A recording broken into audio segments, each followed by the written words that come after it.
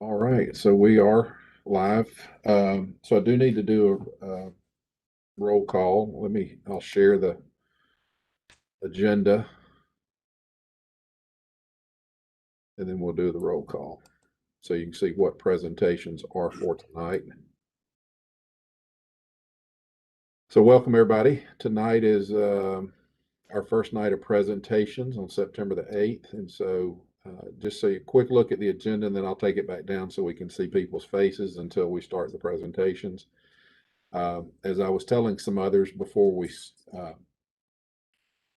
started the live stream, that we will have the meeting minutes from the last minute for review for next week. I did not get those distributed. So we'll get those out and we'll make sure we have those ready to review, and so we can approve those on Monday night, and then we'll have them every week going forward. So we've got 9 presentations tonight. They'll all be for 10-minute presentation, 10-minute Q&A, roughly 5-minute discussion, and they're all going to be back to back without a break as defined, so to speak. So if you need to during that 5-minute discussion part, need to walk away, come back, whatever works there, rather than have a defined 15-20-minute break in the middle. I'd put it this way: if y'all want to change that going forward, let me know. We can adjust our schedule, but just with WebEx, everybody seems to get up and move around anyway. So that's how we have it scheduled. And I will keep the time. I'll ask each of the presenters before we start if they want me to give them a 1-minute countdown. If they don't, then I'll just call time when it's 10 minutes. I am usually flexible. If I think they're within a few seconds or so of finishing, I'll give them a few more seconds. So, but I won't let it go too long, because I know we want to get in our Q&A. And I'd remind the committee that if you have questions that we don't have time to get to, please use that feature on the electronic version. You can click on the link, or you can use the QR code to enter your questions remotely.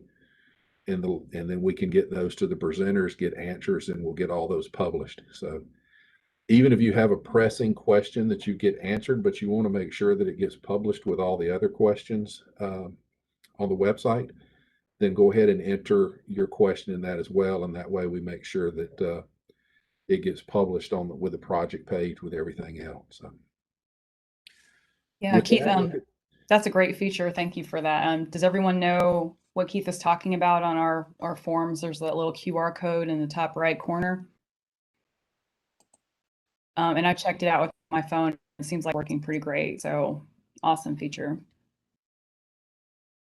Yeah, and if you're using the electronic version, you can just click on the link that's in the green button there. So. Saw that. Because mine is really poor.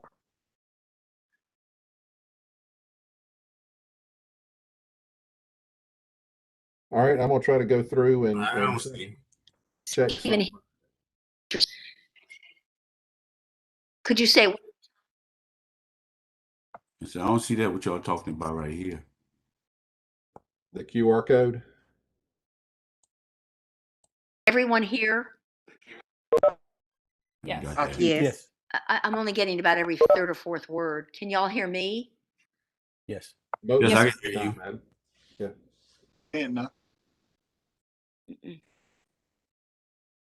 Can someone text me?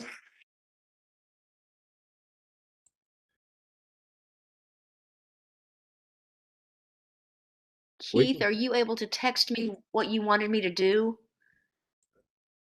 Other than the QR code, it's just the projects. If you have questions on that form that we mailed out, it's got that QR code. If you have questions about the presentations. Okay, I can hear you now steadily, but I wasn't able to before. Can you see me? I can't tell who said me. Me. I'm Jan. Yes. Okay. Welcome. Welcome. All right. Hey. So let me try to get a roll call here real quick.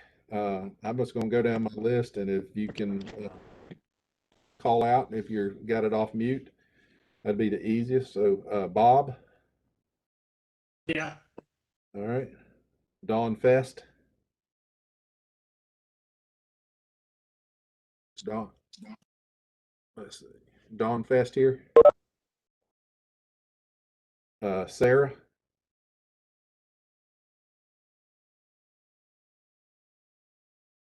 Sarah. No Sarah. Okay. Patrina's here.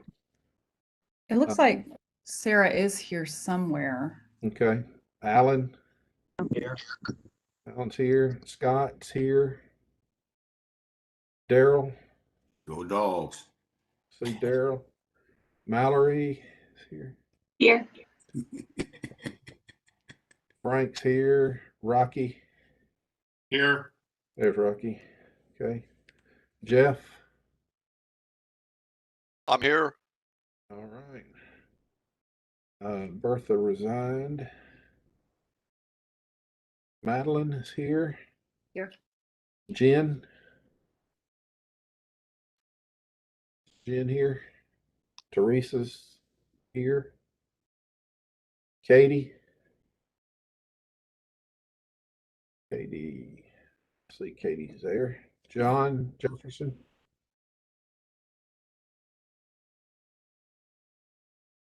John. Andrea. Here.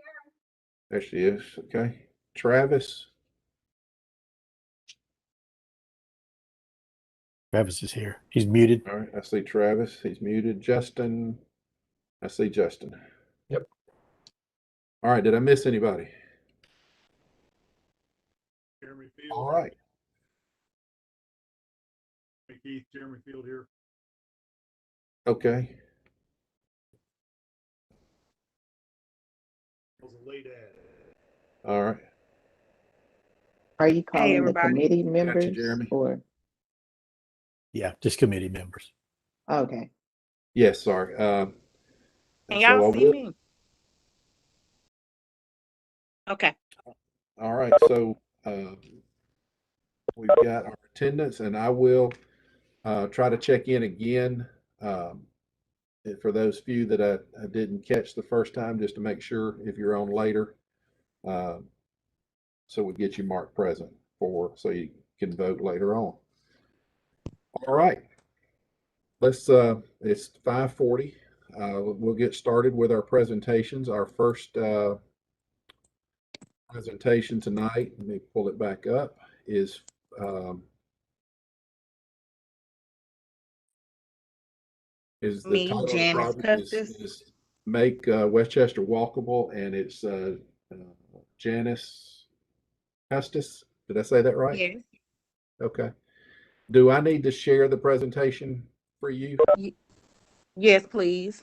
Okay. That I sent in a PowerPoint. Do you got that PowerPoint? I have what was sent in. Yes, ma'am. Okay. So we'll start with that. All right. Do you want me to give you a 9-minute warning? 1 minute left, or you want to just watch your time and me call stop at 10?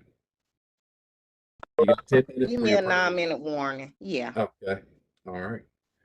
Go ahead now. Makisha, you want me to give you a warning at 1 minute left for yours next? Yes, please. Okay. All right. That's the. All right. So. Okay. Should I start? Give me just a second. I'll cue you in so I get you your full 10 minutes once I get the presentation up. Okay.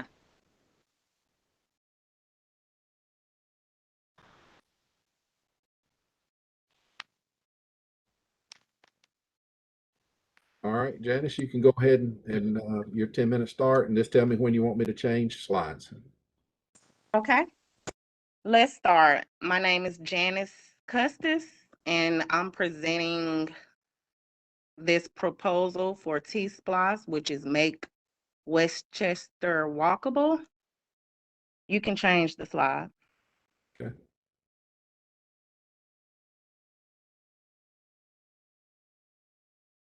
So today, I'll on this first slide here, it is a picture of the front of Tallahassee. That is what most of the people that I know call that neighborhood, which is Westchester Drive, but we it's known as Tallahassee to most of like the Athenians around here. And that is right at that light. This picture is right at the light in the front of Westchester Drive. And you can see that red mud. This is where the sidewalk kind of would start. You can tell by just looking at it that a lot of people have already been using that area, you know, to walk in, to catch the bus, go to the stores and things like that. You can change the slide.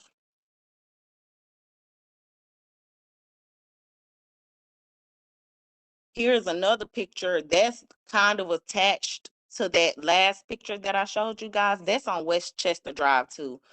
I live out here in this neighborhood, and I really just want this proposal to get approved because this is a working class neighborhood, and I see a lot of people walking, you know, to catch the bus.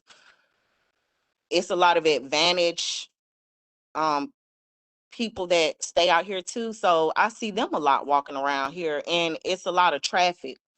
So we really need a sidewalk out here. I feel like it's long overdue for this neighborhood. You can change the next slide. I want to show you guys some more pictures of the area that I feel the sidewalk would be good in. Here's another area. It's right along Westchester Drive, and you can look at that red mud. It's basically being used to get to the store, catch the bus and stuff. And I feel like this neighborhood is long overdue for a sidewalk and a bit of dedication to this landscaping out here. I feel as though it hasn't been any dedication to this land in these apartments because a lot of the owners of these apartments, they don't even live in Athens. I feel like a lot of the owners are renting to people like me, so they don't get to dedicate their time to the landscaping of this neighborhood. It's really up to the renters. And I feel like Power Properties, a lot of us rent from Power Properties out here. It's just no dedication to this neighborhood, period. And I feel like it's, you know, we need a change. We need a change. You can change that picture.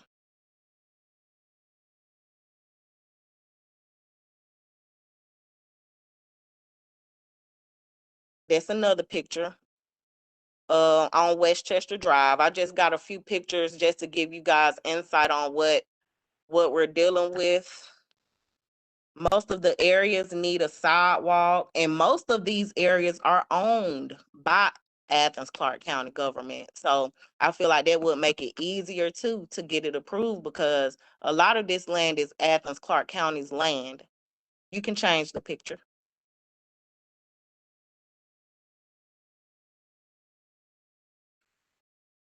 Okay, the next slide, you can change it. These are pictures from Chalfont Lane and Chalfont Drive.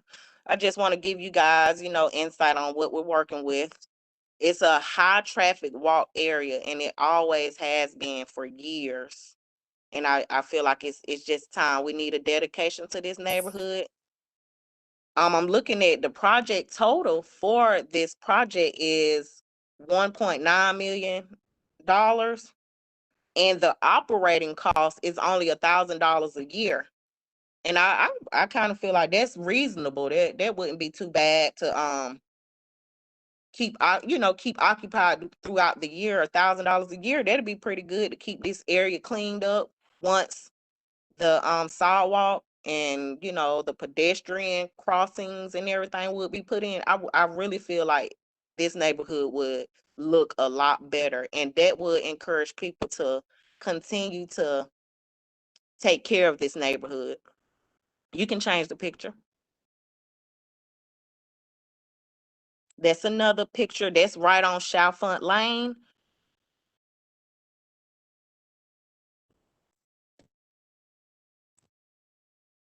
That's on Chalfont Lane, and that's right at the stop sign. Once you get on Chalfont Lane, if you see that road straight ahead, that's Westchester. So it's connected to Chalfont Lane. And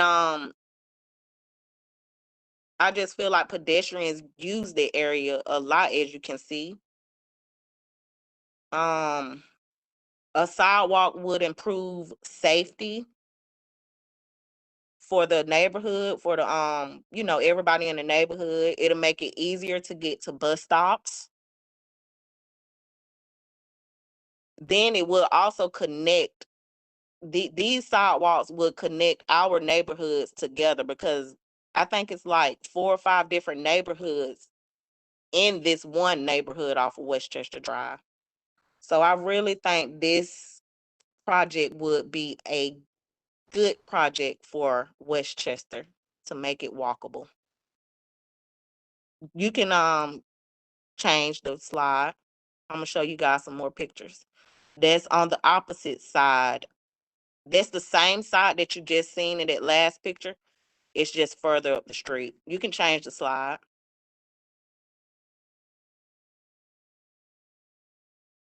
This is Chalfont. Okay, one of them is Chalfont Lane and one of them is Chalfont Drive. This is Chalfont Lane. And this is this curve right here that you see. I know Clarke County owns that too. And that's part of the that picture right there would show you where the sidewalk would be on each side, or maybe just that one side going all the way down the street. And you can change that slide. That's the last image in the package we Okay. got. Well, that's my presentation, you guys. I just wanted to give you guys some insight, give you some pictures to see what this proposal would go towards. Okay, I'm gonna stop sharing. We have a couple of questions in the chat, and Okay. let's see. One is I think you mentioned who owns the land in the complex. Yes, I do know, like those first few pictures that I showed you guys, that's right along Westchester, all that land is owned by Clarke County, from my understanding, from what I found out. But going on inside the neighborhood, you would have to talk to some of the residents, because some of that land isn't Clarke County's land. Now, Okay, Keith, I think some of the question might be like, is this under the purview of Athens-Clarke County? And if this project has been submitted and has gone through technical review, we can assume that it is a road that we would be able to spend TSPLOST dollars on, correct?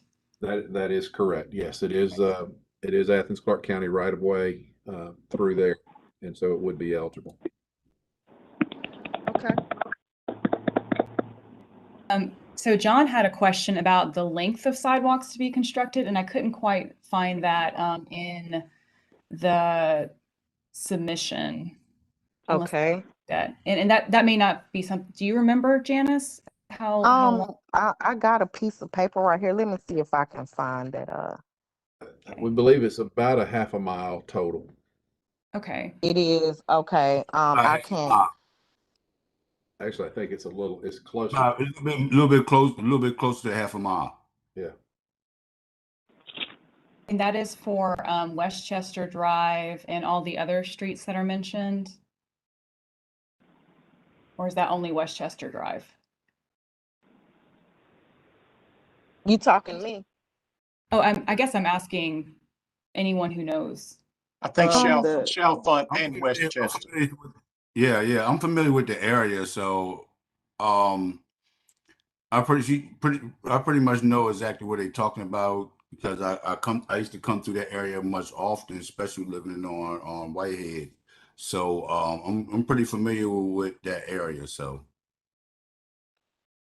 According to the map, Westchester Drive between Tallahassee and Mitchell Bridge is just about a half a mile. Okay. On the proposal is 2,400 feet east and west side, and then the other one is 1,250 feet, and the estimate cost would be $360K. That was submitted in the proposal. Right. So I think if you put both sides, we're closer to a mile of sidewalk, which is what the price The final sheet that was sent out is, and through the technical review, the price was, I think, increased from what was submitted based on the length and the projected cost a little bit. So How much more was it increased? Anybody know? I'd have to go back and pull I'm the trying to look at my proposal now. I'd have to go back and pull the technical review. We don't send out the edits to it. We send out what the final version is because that's what we feel like it actually will cost to get it done. So this is the See- actual cost right here. She had sent it to me too. They had revised a few things Right. that needed to be touched up, and he sent it to me. Okay. Okay, what did you guys ask me? Because I have a piece of paper right here that got some information on it. Land I think they're asking about the acquisition. sidewalks. Are y'all Um, asking about the sidewalk pricing? Yeah, I think the question was how much did it go up from the original submittal, and I'd have to go back and pull that answer to that. That's what I'm talking about. How much did it go off from the original submittal? Yeah, I'd have to go back and pull the original submittal to get that for you. Yeah, that would make a difference. okay. Are we talking about sidewalks on both sides of the streets that's on the proposal here? On both sides of the street, Chalfont, Westchester? Yes. Yes. Okay, gotcha.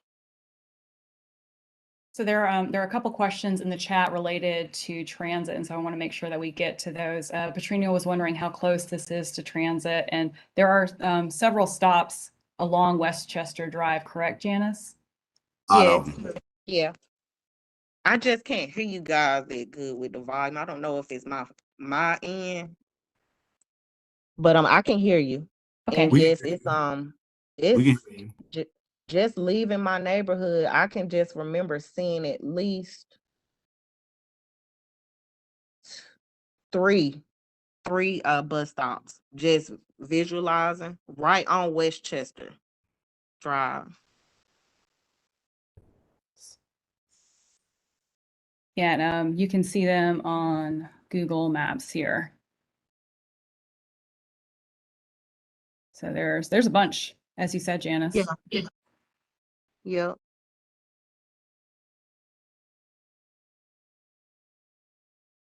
There's two right Okay, here. yeah.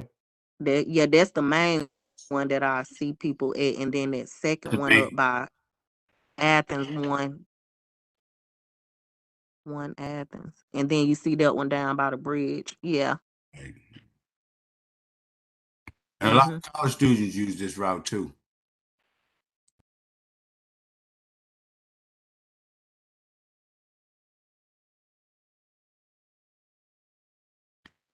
Yeah, there are four And stops. There's 4 stops on Westchester. There's none on Chalfont anymore. Yeah, they shut those down from what I heard. And the other question was about the cut-through traffic. Describe the cut-through traffic. Which streets are the worst? Westchester is the worst because people are coming off of Tallahassee Road, that main road, and they're cutting through Westchester Drive to get to Mitchell Bridge Road. And I mean that's common. It happens all the time. It's just common because it's easier to get to Mitchell Bridge Road instead of going down to that stoplight. So they'll cut through Westchester Drive. I agree with it because I do it. Do it all the time. I cut right through there instead of me going down to that light with a Mexican restaurant at. I make that turn right there at the light, keep on going around. I go on about my business. I do it all the time. Okay. I have some questions for Keith. So this community is close to a bunch of things that are happening soon. So if you come out of Westchester Drive and you reach Tallahassee, there's a sidewalk. Here, I'll go ahead and share my screen again. Well, let me make sure this is Janice's time. So Sure. Okay. Any questions for Janice first? Because we got about 4 more minutes of her Q&A time, and then we can go to discussion. Lauren, sorry to cut you off. Yeah, Keith. This is Jeremy. No problem. I was going to ask Janice that saw the pictures, the kind of the beaten paths as they are now. I'm assuming on the rainy days that those get quite muddy and people Mm-hmm. that walking in the street are kind of walking around. Is that accurate? Yes. Yep. Every day. And then I know like on some of those pictures, y'all seen trash cans sitting on the side of the road. Like this a neighborhood, so they don't get those trash cans. They just leave them there, the renters. So people have to walk in the road instead of even on that grass that's available. They still walking in the road. So that's a major problem. Yeah. Okay. I can attest to some of that also when the Clarke County School District Administrative Offices, before I retired, that's where my office was. And I've seen people standing in the mud to catch buses out there because it wasn't anywhere other than standing in the street. They had to stand in mud on the side. So I can attest to that also, the need for some. I agree with you, Frank. I have walked down that road just to be having to walk, just for exercise, just to go down that road. But in the rain, it's muddy. Yeah. It's terrible on that side of town because it runs downhill. So they don't have nowhere to go. I actually seen a guy in a wheelchair struggling. He had got off the city bus right there at the beginning at that light. He was struggling trying to get up the hill. And I was hoping he didn't roll back into the road. So I see it every day. So from the project description, it looks like we're talking sidewalks on both sides of the road for every single one of the streets in that neighborhood, correct? Westchester with Westchester Circle, Chalfont Drive, everything, correct? So yes, but Well, if some you of was them to, okay, yeah. It's just if you look in some of the areas got like sidewalks. It may be like 10 feet of sidewalk here and there. So it's kind of odd. the bus stop is in the grass. And I think that there are sidewalks down there near where those townhomes are, right across from the what used to be the school district office. Yeah.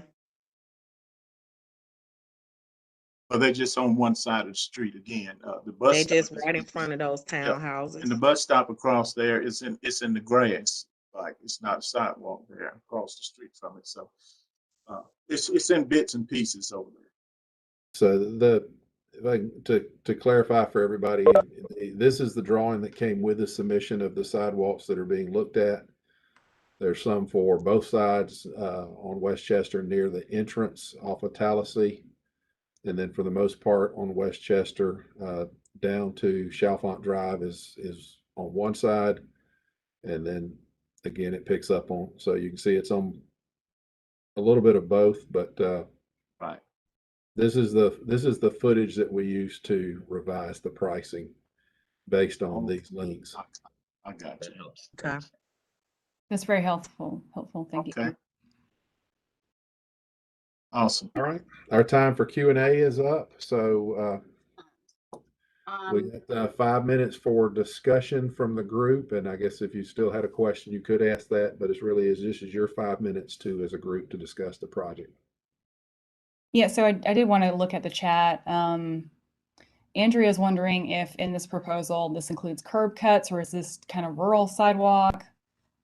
Is that what the extent of your question is, Andrea? Like what kind of sidewalk? Yeah, just since there seems to be transit spots and need for accessibility, whether that's included in the cost or not. Yeah, we would put as part of the technical review when we go through that and looked at it and made sure the pricing was there. We would put crosswalks in those areas, and that would have the ramps for the at the curbs if that's what you're asking about, and then. But we're not adding additional curb cuts for more driveways or anything, but we would do all of that at the different crosswalks. I just understand that that's probably the most dangerous part of the city of Athens when it comes down to safety wise, because of the small bridge, and then you got the roundabout, then you got the light there, then you got another light before you get on to 10, and then you got to turn if you're not getting past the light because the lights and stuff don't run fast enough. So people get anxious and they go down Westchester.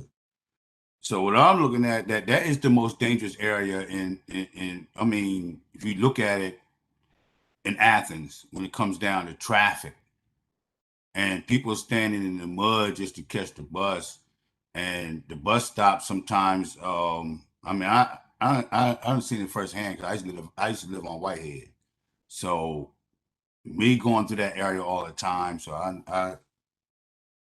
I see it's a dangerous area. Well, this is Keisha. I wanted to add with being a part of Janice's research, what we kind of previously discussed was also the youth. My kids go to Bunny Harris and Whitehead, and I ride through there every morning. And it's a lot of kids, and they don't have anywhere to stand for the bus. And it needs speed bumps because people like we do cut through traffic. We need speed bumps to be able to keep people attainable to the speed limit. So that's something that I wanted to add because the youth definitely need a safe space to be able to walk. And walking through the trails that Janice showed, that's possibly kidnapping, all type of stuff that can go on in the area because we grew up there. So we kind of know the things that goes on out there, but it's still it's not safety enough for the youth at all. All right, so we got a few more minutes, just a couple more minutes for discussion, a couple questions, and I think Petrina, you haven't spoken, but I think you said you had your hand up. You're on mute if you're trying to talk. No, I didn't have my hand up. I Oh, asked a okay. question already. I had my hand up. Who? That was Teresa. Oh, Teresa has her okay. hand up. Teresa and then Jeff. Okay, so I wanted to just say, you know, this is a very worthy project. I mean, I don't like seeing people walking in the mud, and obviously there's a lot of evidence of people walking in the mud in that neighborhood. So I think that the project is quite justified, but I do want to just bring up for reference. I'm on the Athens in Motion Commission, and one of the TSPLOST 2023 projects that we are submitting as a commission is what we call the Small Sidewalks Program, and it would fund projects such as this, which are inside of discrete neighborhoods. And so that might be an option, you know, because I know we've got, you know, several $100 million worth of projects to look at, but this is an alternative to provide funding for something like that. So I just wanted to share that with the group. Okay. You can do this now? I mean, what you was talking about, I'm like, this is something that the money could be already used now. No, you can't do it. You can't do it now, Daryl. It's a TSPLOST 2023 proposal, so it's included in what we're working on here. Okay. I got you. So yeah, so it's just another way that we could approach this project, you know, because we don't have infinite funds. Teresa, what was the name of that? Discrete sidewalks? It's called the Small Sidewalks Program. I think it's project number 90. Okay, we will definitely learn more about that project, but I do want to make sure that we finish up here with this first Westchester project. And so I just wanted to talk about what this would tie into. So we've got a couple things happening along Tallahassee.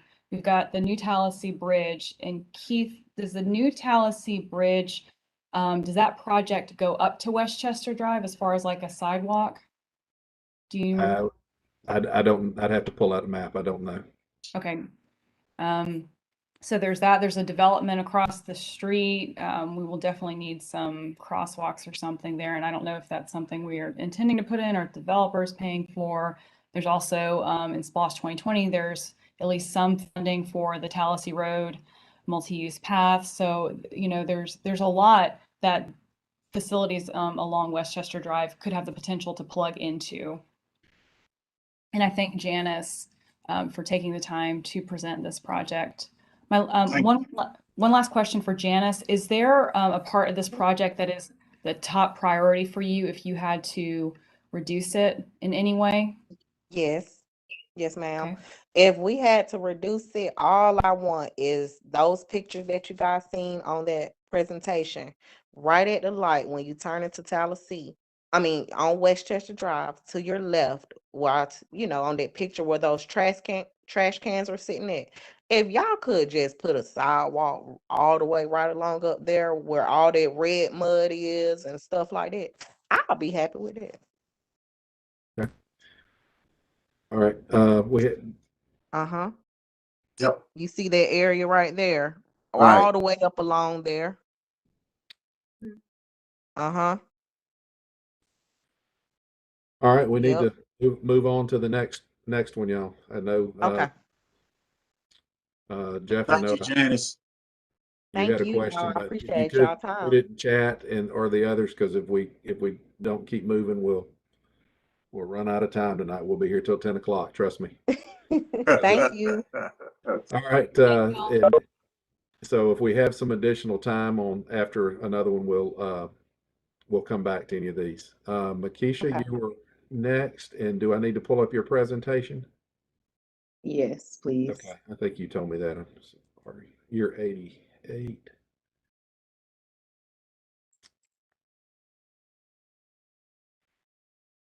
The presentation's good.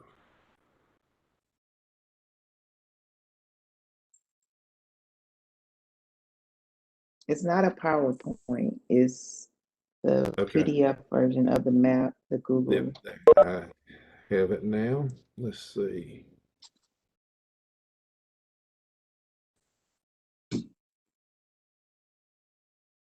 There we go. All right, I'll give you a warning at 9 minutes if you're still going, but your map should be up.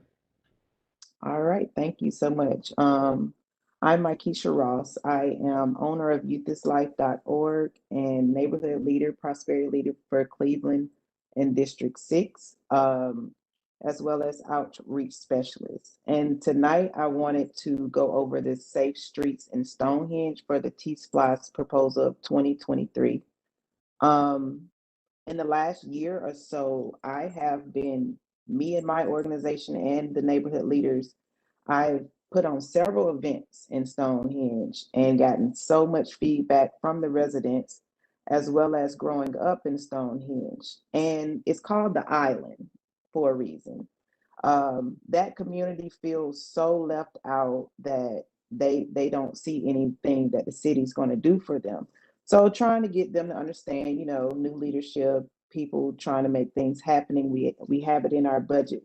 So the overall project total cost will be, I want to say $4,706. I want to say that might be wrong. Yeah, that's what I have. At first, it was $2,543,000. And I might be reading those numbers wrong. But I wanted to propose, being that I work inside of Stonehenge, I started cleaning up the recreation center. The recreation center, if you can kind of widen your phone, it's on Alterstone Drive. It used to be Stonehenge Association. So that's where tonight I would like to really focus on that in Old Monroe Road. Being that Stonehenge is one of the neighborhoods that you really can't see, but it's actually when you're coming into Athens, it's the neighborhood that people have to come by and don't even know it's there.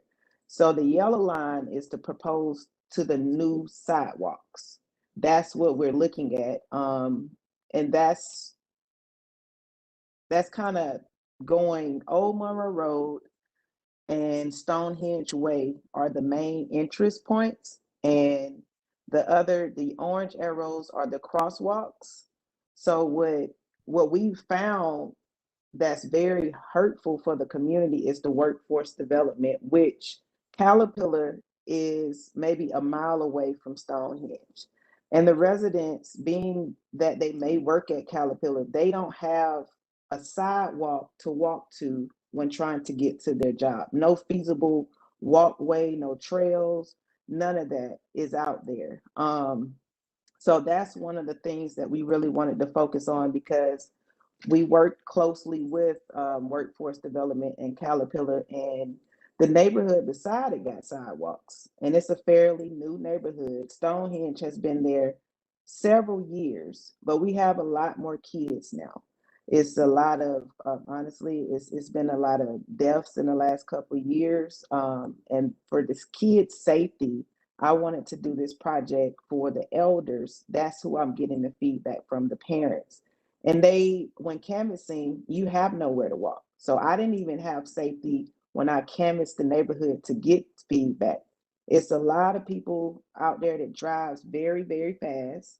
So I just feel like there really need to be some red tape, sidewalks, not sidewalks, but speed bumps is what I'm trying to say, to slow them down. Put up, like on Timothy, how they have 35 miles per hour, 25 miles per hour. Put up some of those out there so that people can be cautious of the way that they're driving. So with the proposal cost and the total annual operating cost of $1,000, I feel like sidewalks, crossing, and intersection is a main thing that we would need on Old Monroe Road. Because even on Atlanta Highway, there is nowhere to walk. And I said that before, but it really is nowhere to walk. And it's sad because even if you are a tourist or you wanted to come to the mall or something, it has no walkway. The other thing is reaching out to Athens Transportation. I've worked closely with them, and they've stated that they don't have the budget to extend the transportation out there, but if we could make a proposal and collaborate in partnership, that they will be able to stretch the transportation out to be able to get to Caterpillar. So that's the main thing. I feel like with making this proposal, it is going to take a lot of teamwork and collaboration for this project, but it's a much needed project looking at this generation and next generation to be able to walk around safely in their neighborhood. So what the teal dots are the intersections and the ramps that's needed. And those mainly are at the entrance points. And the orange arrows are the crosswalk. That's not inside of Stonehenge. That's like right when you get in Stonehenge. I don't know if y'all are aware, but the Waffle House is right in front of the main entrance. And then it's 2 car dealerships, which is Athens Collision Center. And then I think BMW is one of them. So, or Nissan. So one of those, when you're coming into Athens, people are driving so fast coming around that ramp.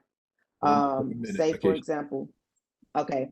For example, if you're trying to get the Caterpillar, there is no safety there. So I propose the safe streets in Stonehenge, and this is my presentation. Thank you guys for listening. Thank you. Thank you, Makisha. Okay. So I do, let's go back to raising hands in the chat if y'all don't mind. Jeff did note that, we're talking over each other a little bit. So if y'all don't mind, can we go back to hands? And Keith and Robert, can y'all help me with the hands? Okay. Absolutely. All right. So questions. So Frank, you have a question? Yeah, well, a question, and I guess question / statement. Now, I heard her mention the crossing going into the Caterpillar. I just wonder, and Keith, you might know better than I do. It's a lot of red tape. That's a state highway, and I don't know about crossings developing across the state highway like that to get into the Caterpillar complex. I don't know. I don't know if it's feasible. Somebody with more knowledge than me might be able to answer that. It would be difficult. I won't say it's totally unfeasible, but we would need to have a lot of coordination with GDOT to be able to make that happen. That's a major Okay, road. that's what I thought. Yeah. Andrea?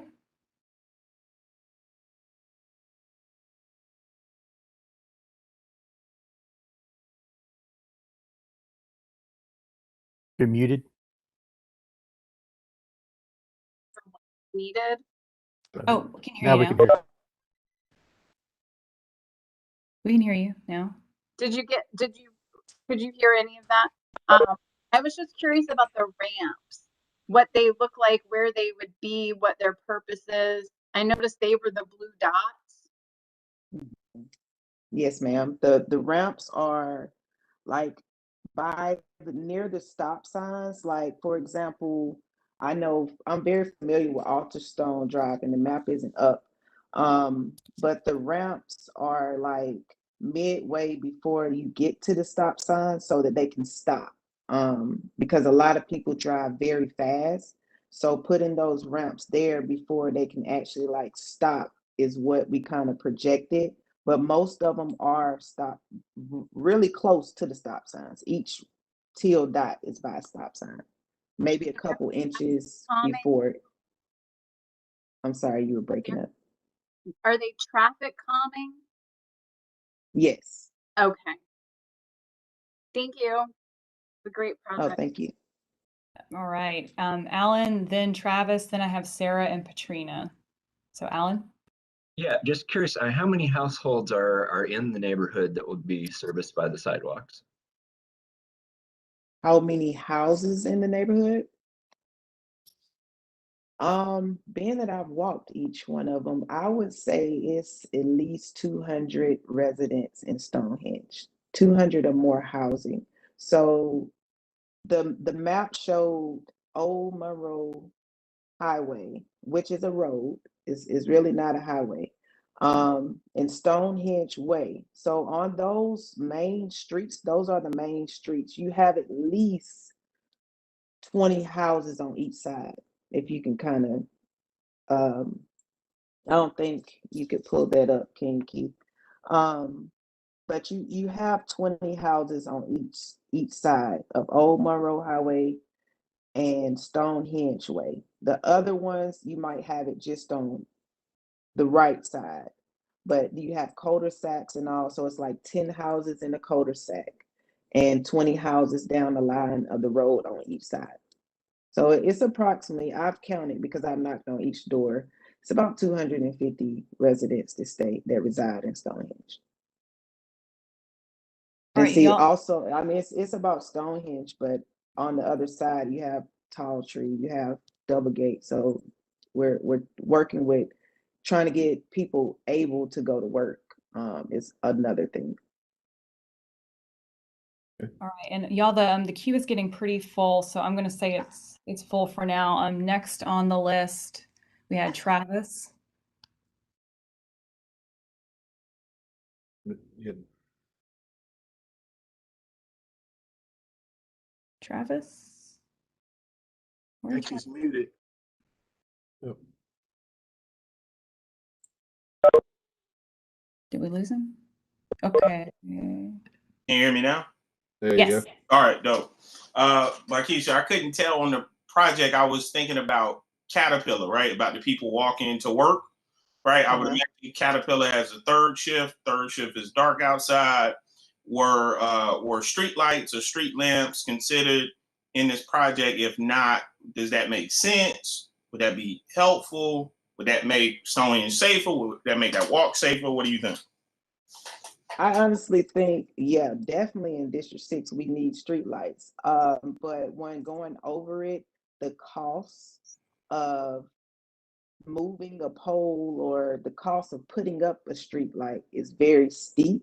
So it would have to be at least one street light like going, but Caterpillar has their own pathway on both sides. When you're coming out and when the main entrance and the side entrance to go into the neighborhood, that's not Stonehenge. Stonehenge would probably need at least one pathway street light. And that's it, it was just the cost, but it definitely is in the proposal to at least get one street light, but that takes up a lot of the budget. But you think that would be super helpful though, right? Yes, it would be very helpful. Thank you. Because you also have the traffic lights that are right there in the intersection. You know, now coming from that highway, you kind of have to stop twice. So you have that intersection right there. So that those lights are still workable. All right, Sarah, then Katrina, and we might be out of time for questions then. But Sarah? Hi, Ms. Ross. Thank you for being here.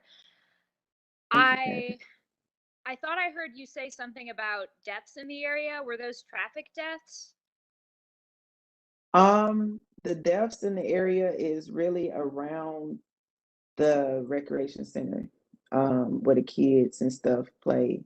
And I just feel like making sure that they have a safe path to walk home is very important, versus always having to meet at that recreation center. It's nowhere around that they could escape. It's not trails or pathways. So that's why I kind of brought up making sure that they have a safe place to be able to return home. Yes. So and at least be visible.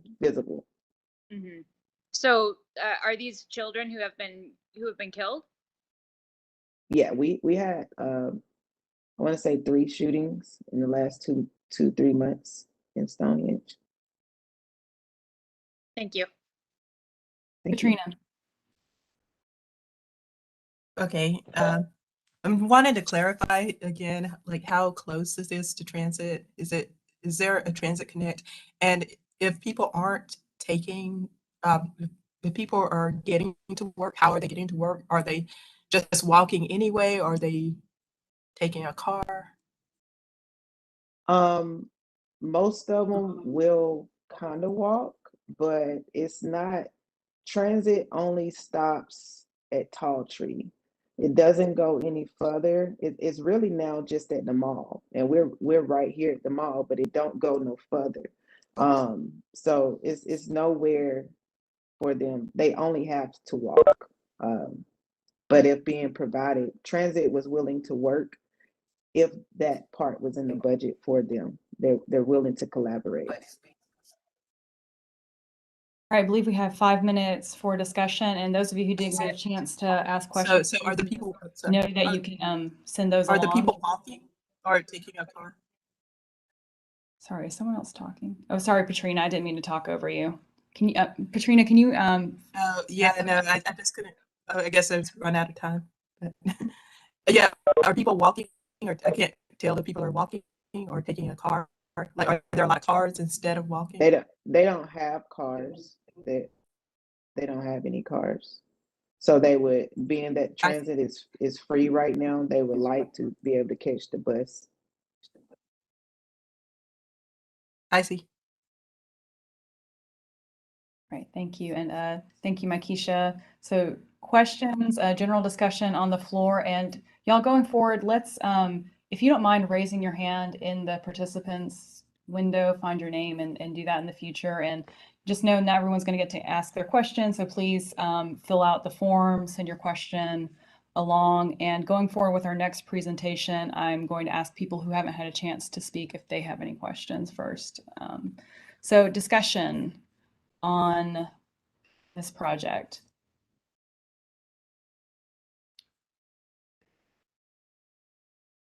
So something I've noted is that there are sidewalks on to Caterpillar on Orkin Drive and Dozer Drive.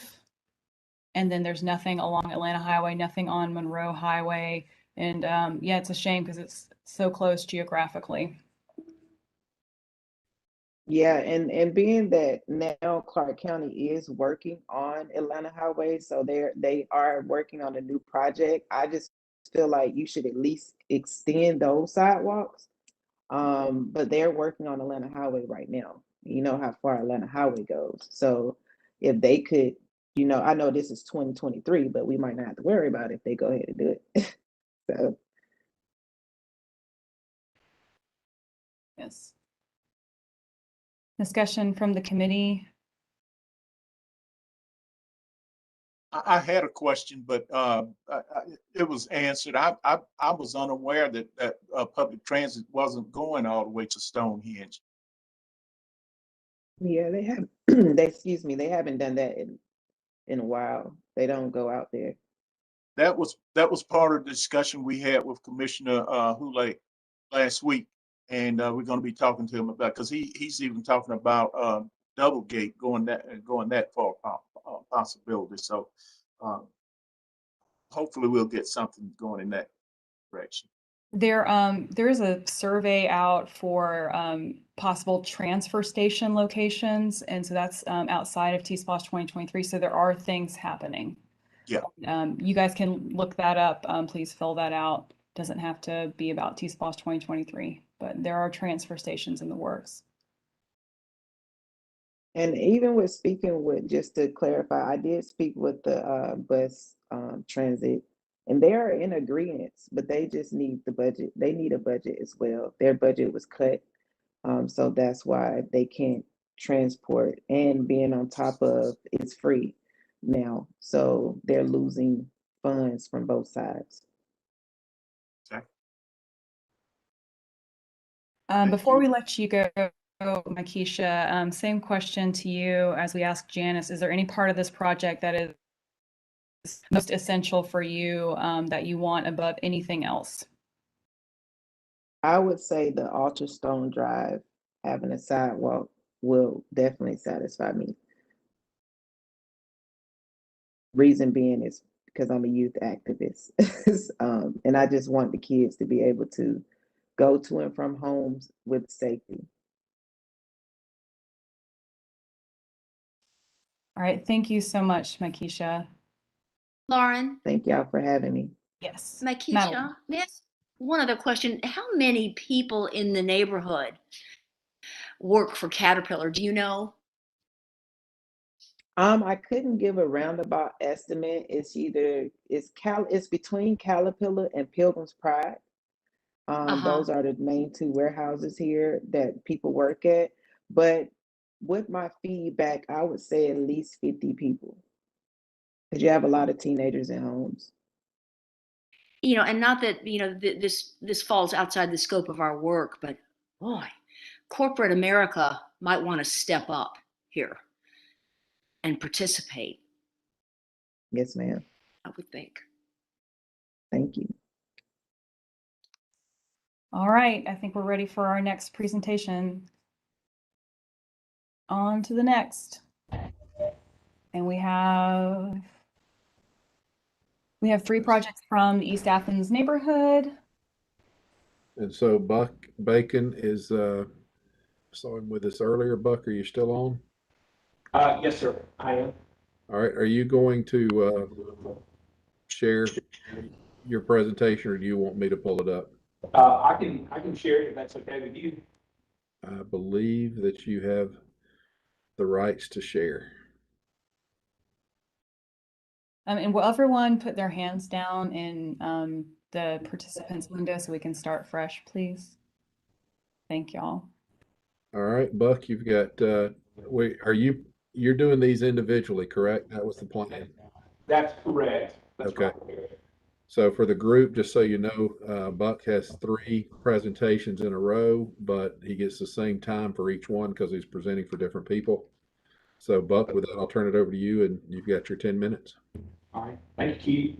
So my name is Buck Bacon. I'm with W&A Engineering, local engineering firm based out of Athens. And we partnered with the East Athens Development Corporation, and I'm going to let Fred introduce himself. I'm Fred Smith. For the last year and a half, and the executive director of the East Athens Development Corporation. That's located in East Athens. Mostly Central Track 301 and 302, targeted and highly neglected area. And so I want to thank Bob for helping us with this, because without his help, I would not be able to pull this presentation together. Everything that we submitted came as a result of surveys and interviews with people in the community. So we're happy to be here tonight to make our case. And Fred, you guys are a nonprofit organization. Right. We are a nonprofit organization, been in existence for almost 30 years. There in the Miriam Moore Center, Miriam Moore actually was the first American female elected bishop in Athens-Clarke County. First we served on both first the old city council, and also she's been a term under the consolidated government. So there's a complex there. So Fred and Buck, it is good to see you both, but we really cannot hear you. Can you move closer to your microphone? Because we definitely want to hear what you have to say. And I'm getting bits and pieces of it. And Lauren, can you hear us a little better? that's better, Buck. Can we get a sound check on Fred too? Is that better for me also? Yes, sir. That's much better. We thank you so much. Thank you. So with that, Fred, I'll just dive into it. Sure. All right. Awesome.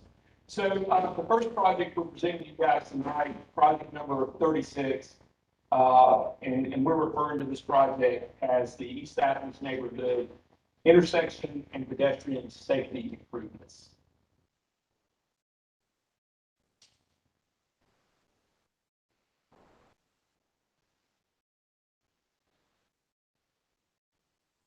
And so our project scope includes these 6 intersections listed here, and we're going to run through those really quick.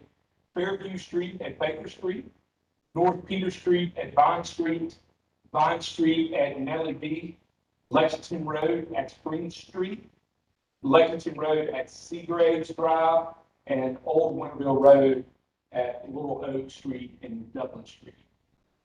So Fairview Street and Baker Street, you can see from this image that the intersection has some neglect. It has a lack of crosswalks, stop bars, and the handicap or accessibility ramps have not been improved, so they're not truncated domes and other accessible features at this intersection.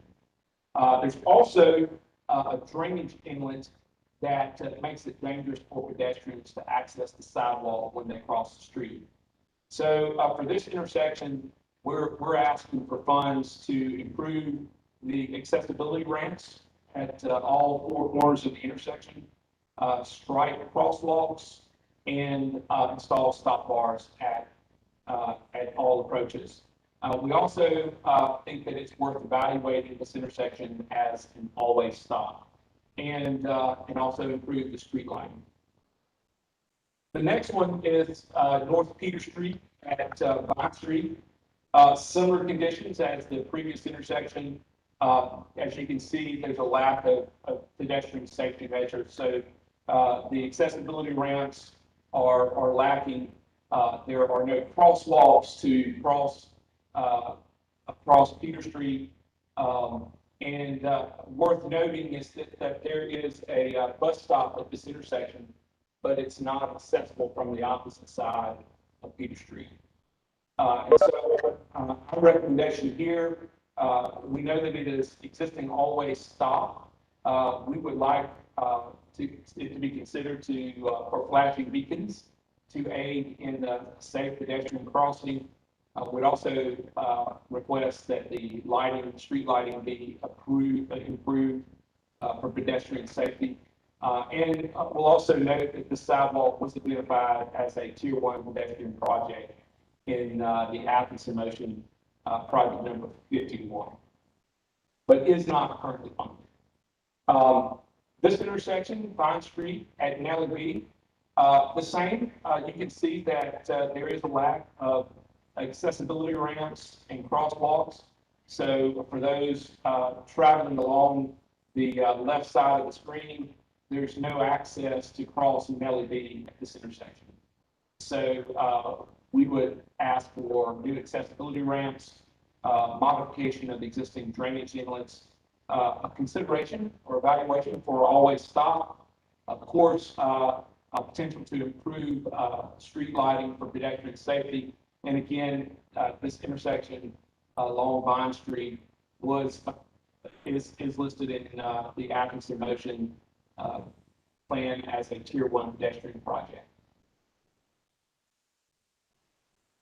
These next two projects along Lexington Road, I will say that they were presented to Mayor and Commission as part of the TSPLOST 2018 project last night as potential funding. So, but I'm going to go through these really briefly. Lexington Road at Spring Tree Street. So you can see that there's a bus stop, a covered bus stop in front of Joy Beauty. But there is no sidewalk connection to the adjacent Spring Tree Street.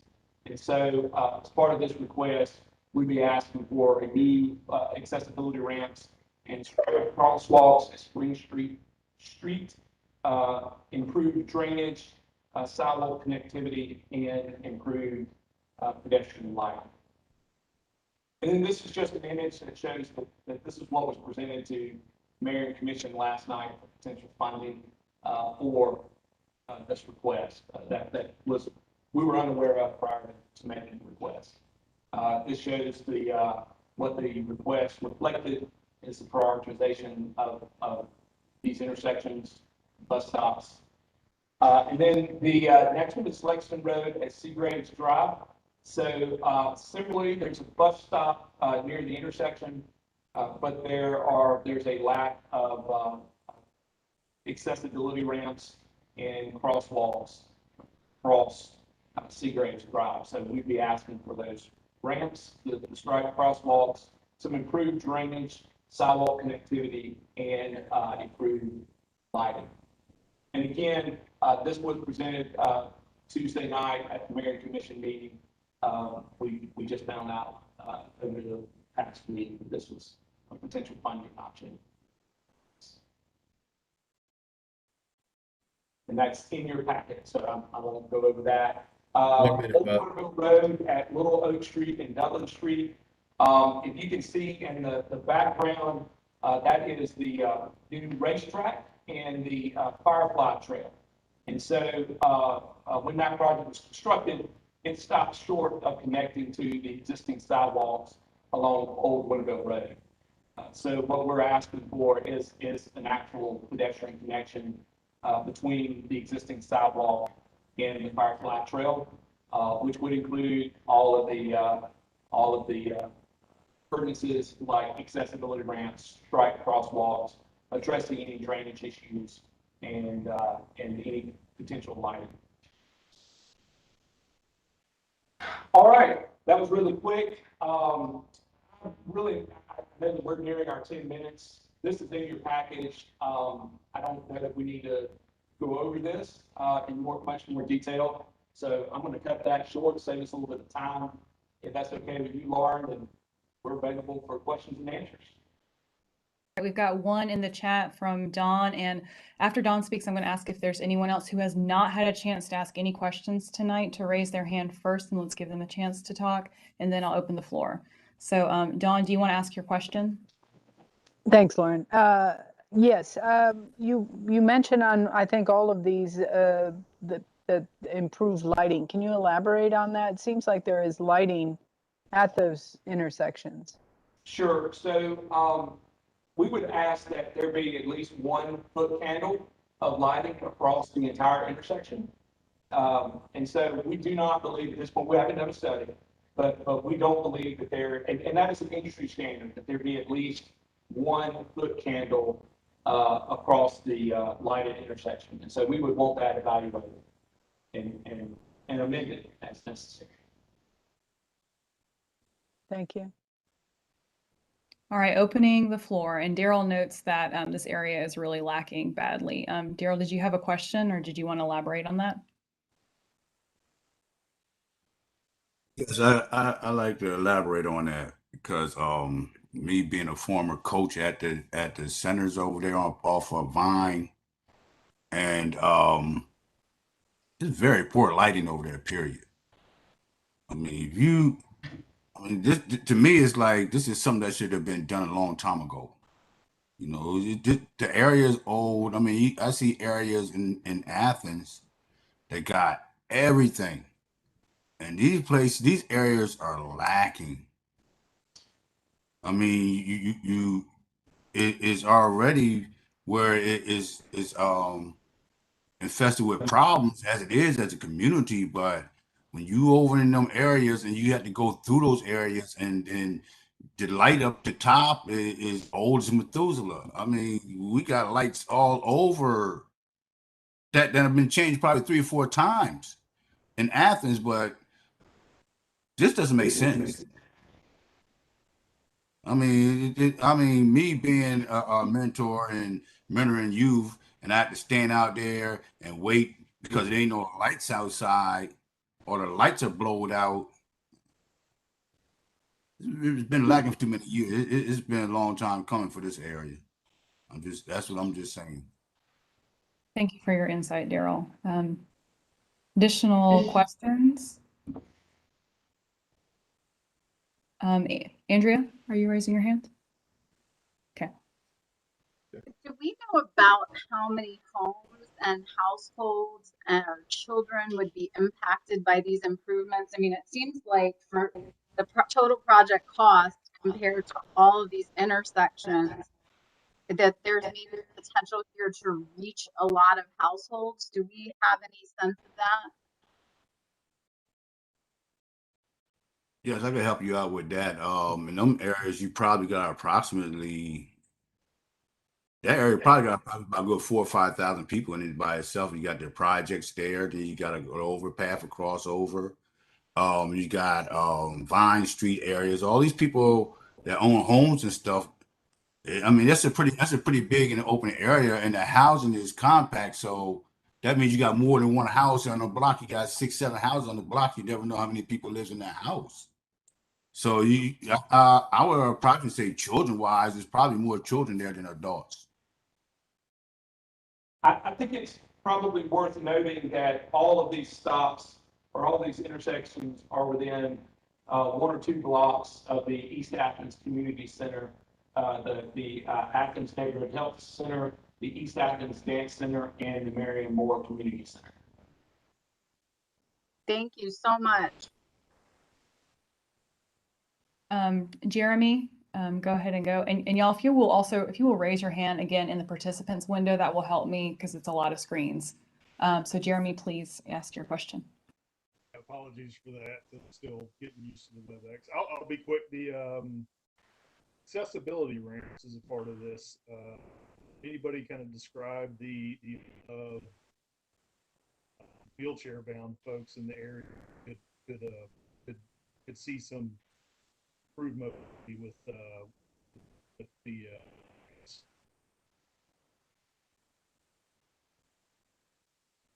So, Jeremy, you broke up just a little bit, but if I understood your question correctly, you were asking about the design standards for accessibility ramps? Okay, so yeah, we would recommend that these accessibility ramps be installed to meet GDOT standards. And so that would include a 5-foot wide ramp, accessible, fully accessible with truncated domes to meet GDOT standards.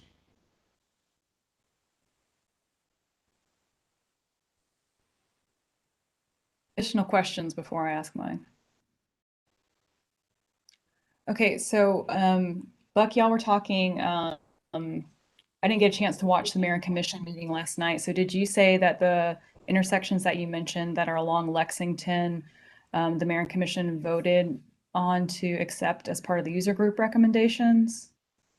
I actually don't know for sure. Okay. Then my next question is, same thing I've been asking our other presenters. Are there any intersections from this set of, from this project, and I know you've got several projects, that are higher priority than the others? I would say that they are equally important. And as gentleman alluded to, this area long, that's a constant conversation in the community. In fact, many persons who I talked to didn't even feel that we should even try because they felt like they tried so many times before to get some support and help in that. So I would not be prepared to try to rank them. I would say they all are very important. Again, given equity, concerns, and the general neglect of this area through the years. And Lauren, if I might add, Mr. Smith, you know, those that are that create a connection to a bus stop or existing sidewalks, if we have to make a choice, I think those would be the priorities. From a technical perspective. Thank you. Thank you for both those responses. And Fred, I certainly hear you that it's hard to rank when they're all equally needed and badly wanted, so much so that the community has given up. So thank you for that.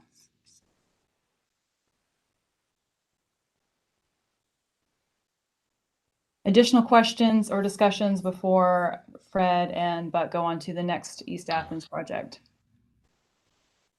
I do want to make a comment about the old Winterville Road, Little Oak Street, Dublin Street. Buck alluded to the fact that the new racetrack was in that area.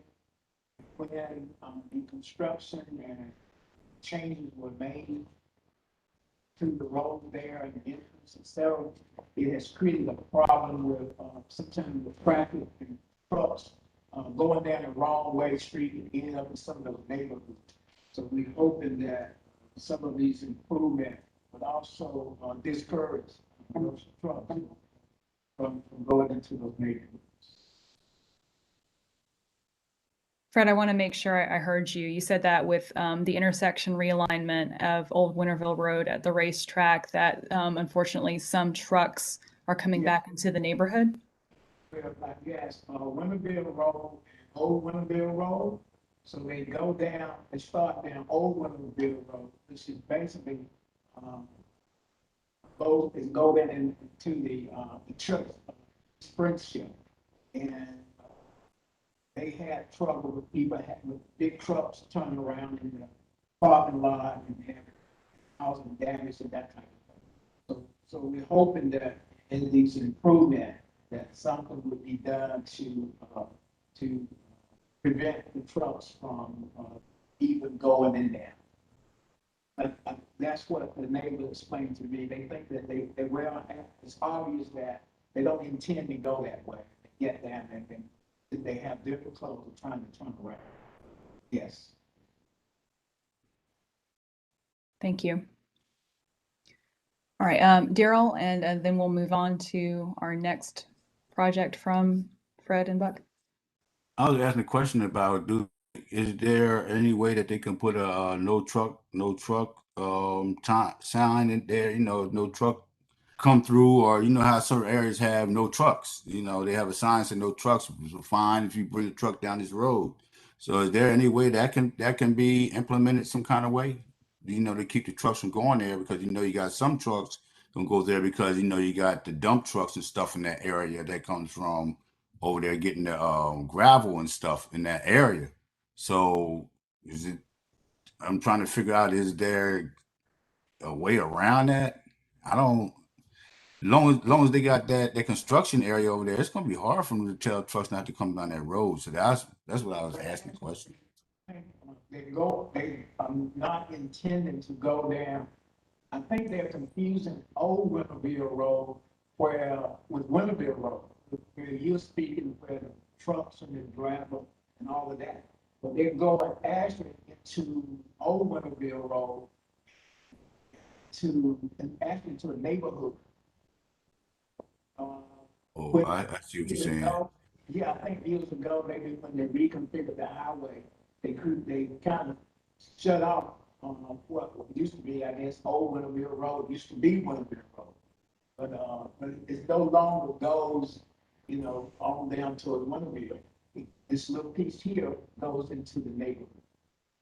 What my question is, couldn't it be that you could put it could be a sign put out there saying no truck through area, going to that community, would that be able to stop it or something?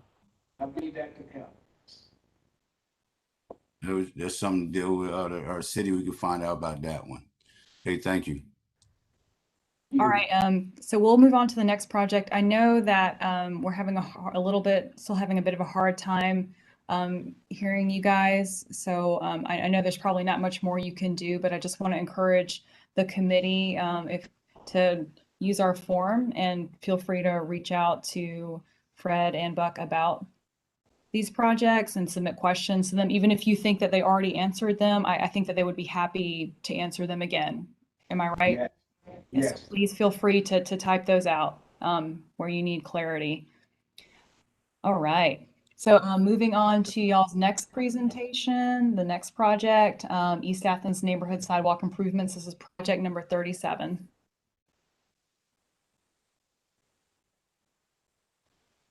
All right, everybody see that, Lauren? Yes, sir. Thank you. So this is the East Athens Neighborhood Sidewalk Improvements. What the project scope that we're suggesting is that we improve pedestrian access, safety, and connectivity at the locations listed here. So, which include McKinley Drive at East Carver Street, Moreland Avenue, Baker Street, and Warren Street, Fairview Street from North Beaker Street to the East Athens Police Precinct, Warren Street from Vine Street to McKinley Drive, which would improve connectivity to the East Athens Community Center, the Dance Center, the Neighborhood Health Clinic, as well as the Marion Moore Community Center. And also sidewalks along Simon Street from East Broad to Branch Street. So you can see in these images along McKinley Drive that in this picture here in the far top left corner, you can see that we got sidewalk, but no accessibility ramp, and the East Athens Community Center is in the background there. If you go to the top right-hand corner, that is the intersection of McKinley Drive and Moreland Avenue. We have a sidewalk that goes along Moreland Avenue. East Athens Community Center is directly across the street, but there's no connectivity, so there's no pedestrian access from the sidewalk of Moreland Avenue to the East Athens Community Center. If you go to the image on the bottom left-hand side of the screen, that's the intersection of Baker Street. Again, there's sidewalk on Baker Street, but there's no crosswalks or pedestrian access to access the opposite side of McKinley Drive, which is the East Athens Community Center. You can see the baseball field in the background, and then the bottom right-hand corner in the background is the East Athens Dance Center. As you can see, there are no crosswalks, no pedestrian access to the Dance Center facility. And these are all facilities that where children gather, where families gather at. And so we're asking for sidewalk connectivity along McKinley Drive. Of course, improved street lighting. We'd also like to have trash receptacles. This project, worth noting, it's not included in the Athens in Motion or Greenway Network Plan, but we feel like if we're not successful here, that we think that this project should be considered part of one of those projects. Fairview Street. As you can see here in the images on the screen, there are no sidewalks Fairview Street connects to the East Athens Community Center. But again, with all of the homes and the businesses, there's still no sidewalks. And so accessibility is not available for pedestrians. It's important to note that this does tie directly into the East Athens Police Precinct. And again, part of our request is accessibility ramps, crosswalks, lighting, trash receptacles. And again, this project was not included in the Athens in Motion or Greenway Network Plan. And so if we're not successful here, we would like to request that these projects be considered for those plans. This is Warren Street. What we're proposing is sidewalks along the length of Warren Street. You can see on these images that Warren Street connects the community to the East Athens Dance Center, the Athens Neighborhood Health Clinic, East Athens Community Center, and the Marion Moore Community Center, but there's no pedestrian access. And so we're asking for approximately 500 linear feet of 5-foot sidewalk, all of the accessibility ramps and crosswalks that make it safe, trash receptacles, and again, if we're not successful here, we would ask this be considered with either the Athens in Motion or Greenway Network Plan. And then Simon Street. So as you can see here, Simon Street serves several residents, but there is no sidewalk. So with bus stops a block away, there's no pedestrian access along streets. And so we're asking for about 650 linear feet of sidewalk, all of the accoutrements, and if this isn't approved, we would really very much appreciate it be considered part of the Athens in Motion or Greenway Network. That's it. You guys have this information in front of you. I don't feel like it's necessary that I read through all this. I would encourage you guys to look at these as part of our presentations. We do really believe that the East Athens community is an underserved part of the community. We do think it does meet the goal of providing equitability of capital improvements throughout the community. And so we think it's important that we invest in infrastructure improvements that address health and safety concerns given the existing conditions. And I think it's also important to note that all of these sidewalks provide access, equitable access to existing shopping centers for businesses as well as other community facilities. How will this project address one or more of the Marion Commission's approved strategic commitments? These are listed in your presentation package, but I would draw your attention again that this promotes a much greater and much needed pedestrian access to the existing public facilities that are part of the East Athens Community Center campus, as well as providing access to the Virginia Callaway Walker Park and East Athens Police Precinct. And so how do we feel like this is, meets the strategic commitments and project selection criteria? We do feel like this improves air quality, reduces vehicle miles traveled. We do believe that this continues existing safety improvements as, well, I'm going to skip that part because that's from a different presentation. But, and we do think it promotes health and safety and continues sidewalk and multi-use construction. And we believe that this will bring economic prosperity, social well-being, and we do think that it provides for a better environment. All right, that's it. All right, thank you. I will open the floor. First, Andrea, before you speak, is there anyone who, again, has not had a chance to ask a question tonight who would like to go first? I will open the floor to you first. All right, none. Andrea, go right ahead. Sorry if I missed it, but is the proposal for 5-foot sidewalks throughout? That's correct. 5-foot sidewalks throughout. Great. Thank you.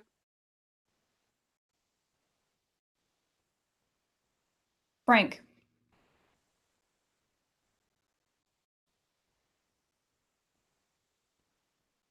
Frank, sorry, we can't hear you.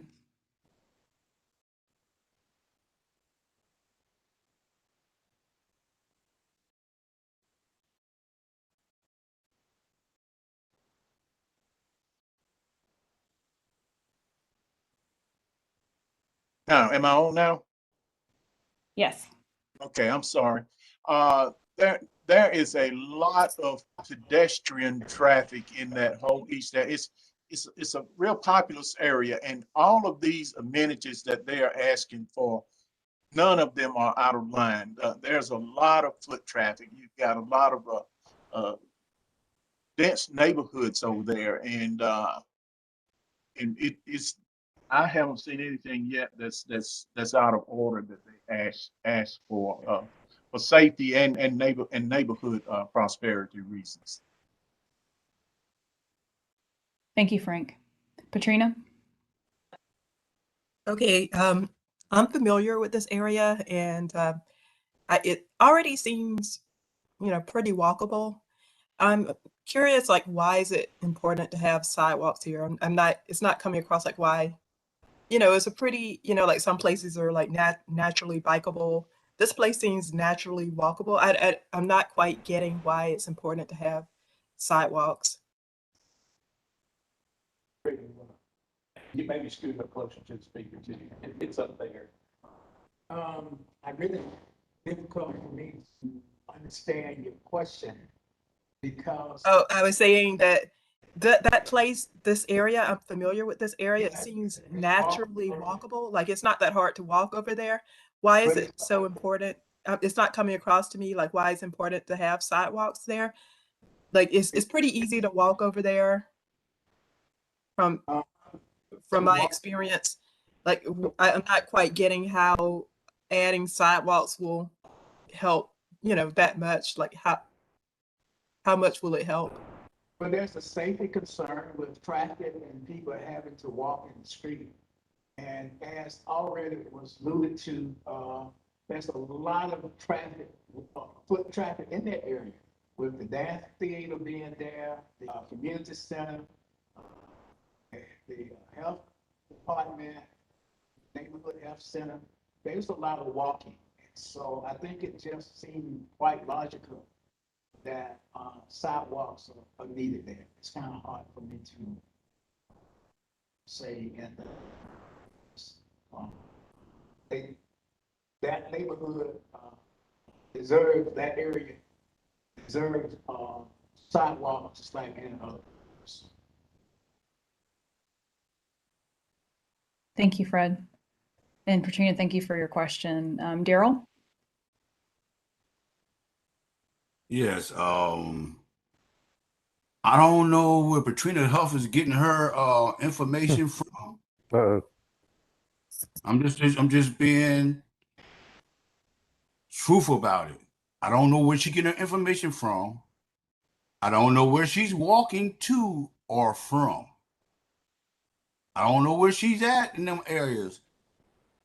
But the question why they need sidewalks is kind of, I don't get it. I mean, every area in Athens got sidewalks. These areas don't have. I'm like, what do you mean? What's the problem with them having sidewalks? I didn't understand that. I'm not being. What's the name? The way she's talking, I'm like, what do you mean? Like, why shouldn't they have sidewalks?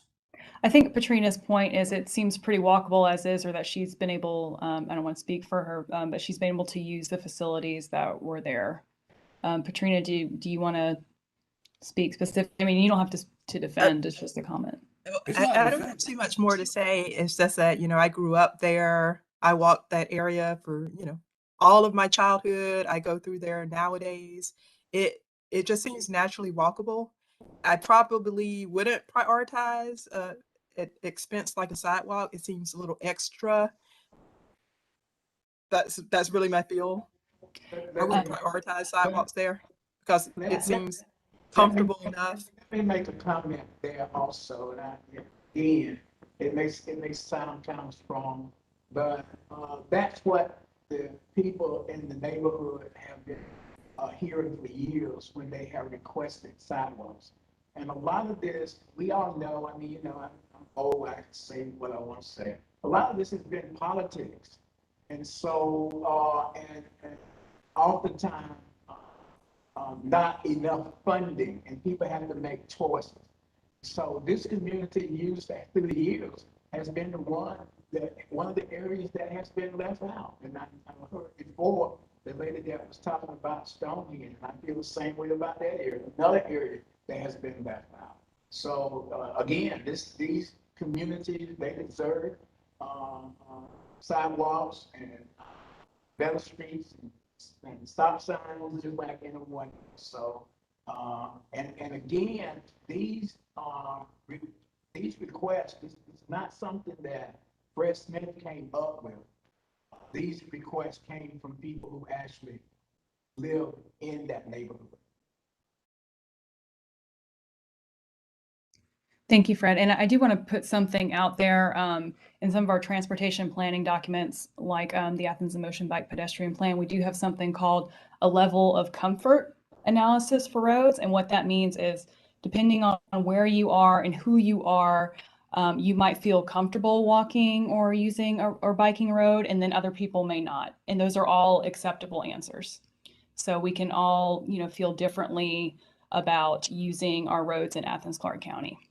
Of course, we want to have more people, as many people as possible, feel comfortable with walking, biking, rolling on our roads. So I'll just put that out there. So any final comments before we move on to the last East Athens neighborhood project presentation? There is still a question in the chat about the, Oh, I'm sorry, thank you. everybody else about the prioritizing. Yeah, Dawn, did you want to ask that? Yeah, sure. Thanks, Lauren. I just wondering what aspects of the project would you prioritize if you were asked to make cuts to the project? Again, I'm not able to prioritize all important, clear important. And if Fred would allow me to speak from a technical perspective, I understand that there may be some decisions that have to be made. So we would ask that those sidewalks that create connectivity to community centers be prioritized, right, or provide interconnectivity.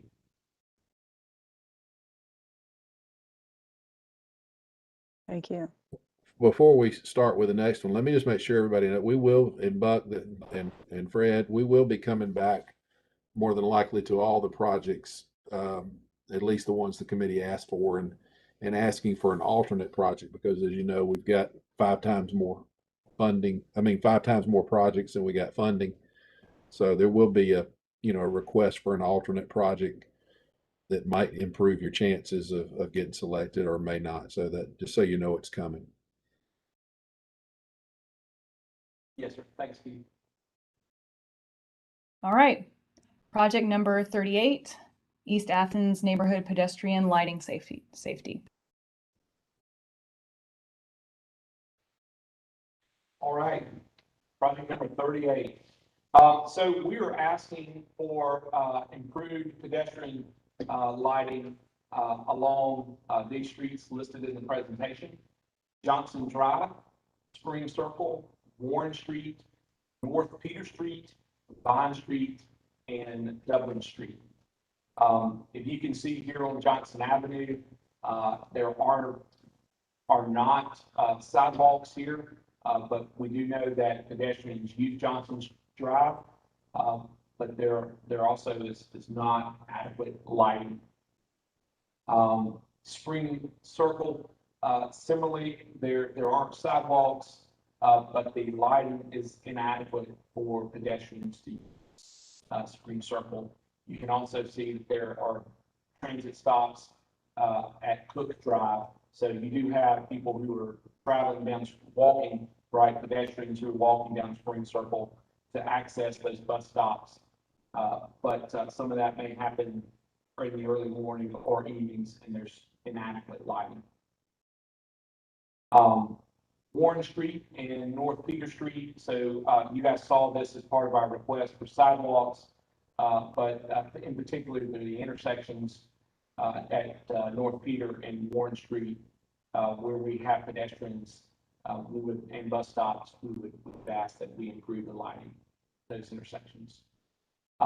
Similarly, Vine Street and Dublin Street, we would ask those be considered for improved lighting. So I do want to make sure you guys understand when we ask for improved lighting, I understood, you know, we had a really great question on during the first presentation, that we would ask that the lighting along these streets be evaluated and improved to meet the industry standard of 1 foot candle throughout the intersection or length of the street. While we think this improves or encloses the equity gap, you know, you're going to see this multiple times from us throughout these sessions, but that we do believe that this is an underserved part of the community. We think that by investing in these improvements, that we will improve residents' access to community facilities and events and commercial centers, especially those that occur during dark hours. So it allows the residents equal access to go to work, come home from work, and attend public events at community facilities when it is dark, as in the winter and fall. You know, we do think that that this continues to support transportation infrastructure investments by creating connectivity and encouraging pedestrian use. We do think that this provides for safe access to sidewalks and interconnectivity, and does provide access to existing transit facilities and bus stops.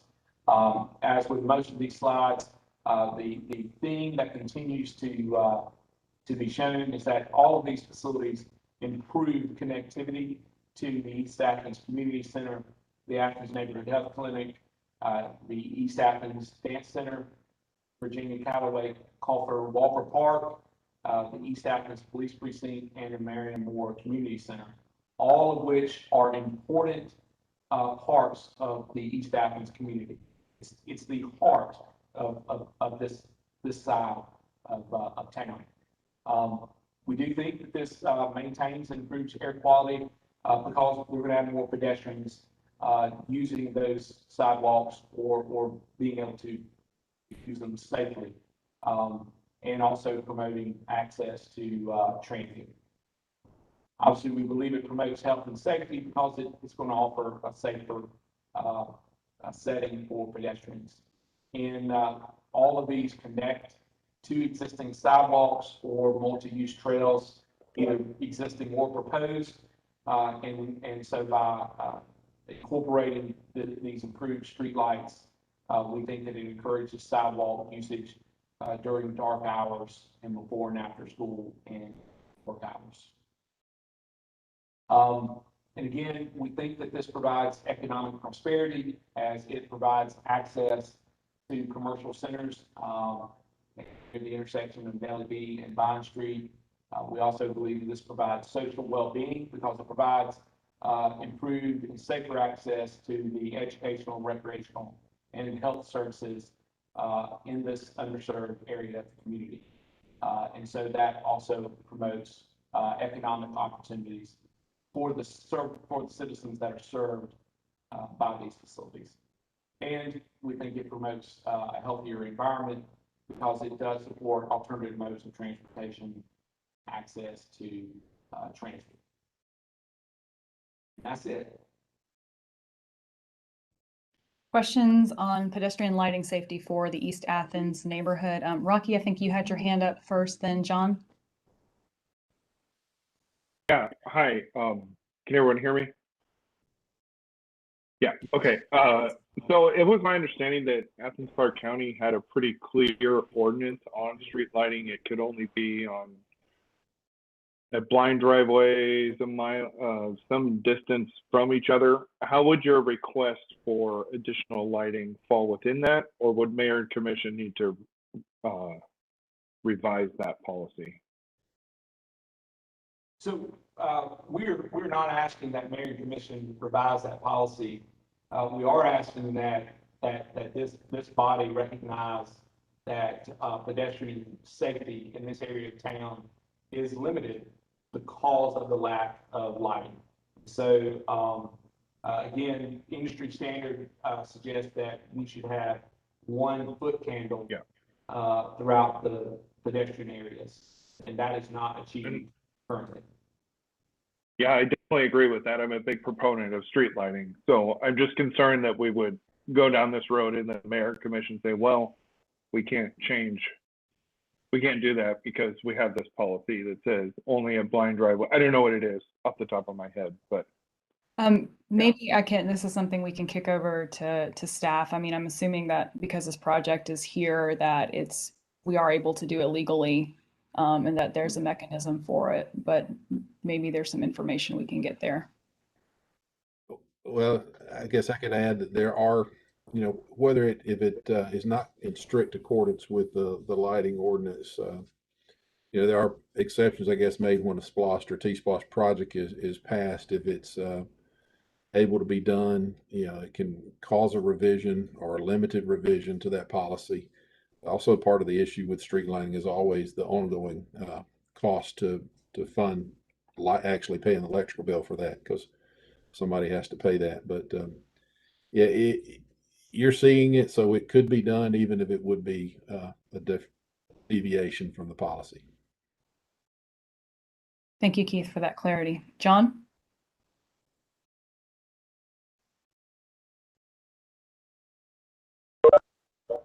Oh, John, cannot hear you.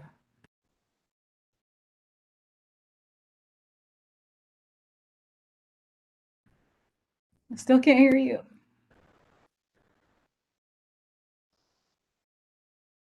Keep trying.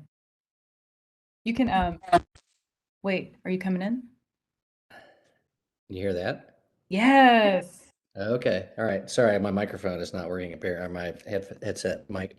So first, I'm just really stunned and grateful for how modest this request is, because we have so many, huge things. I'm just curious how much of this is for additional lighting and how much is for upgrading lighting that's there. I don't know that matters a lot, but I'm wondering how many streetlights or better streetlights you get for $38,000. Yeah, so there is existing lighting along these streets. We don't feel like it is sufficient enough. So it's more, it's not just increasing brightness of old lights, it's adding. It's adding new lights. That's correct. Yeah, okay. Thank you. Additional questions for the presenters? Any discussion about this project?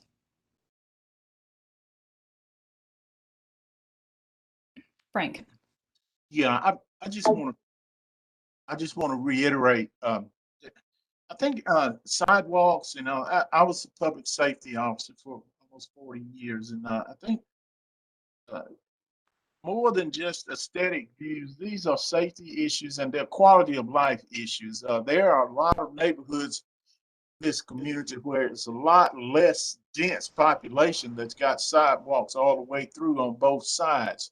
So I don't think it's out of order to ask for sidewalks, and it does a lot for the just for the community itself. And lighting is definitely a safety thing. But John answered my question. I was going to say, I think they're coming out now with so many different styles of lighting, the improved lighting. But I didn't know that they were asking for more additional lighting. I was thinking upgrades also, but they clarified that. But I don't see, and as far as the costs go, I think the costs on all three of these things are very uh, reasonable as presented. But anyway, that's just my spiel.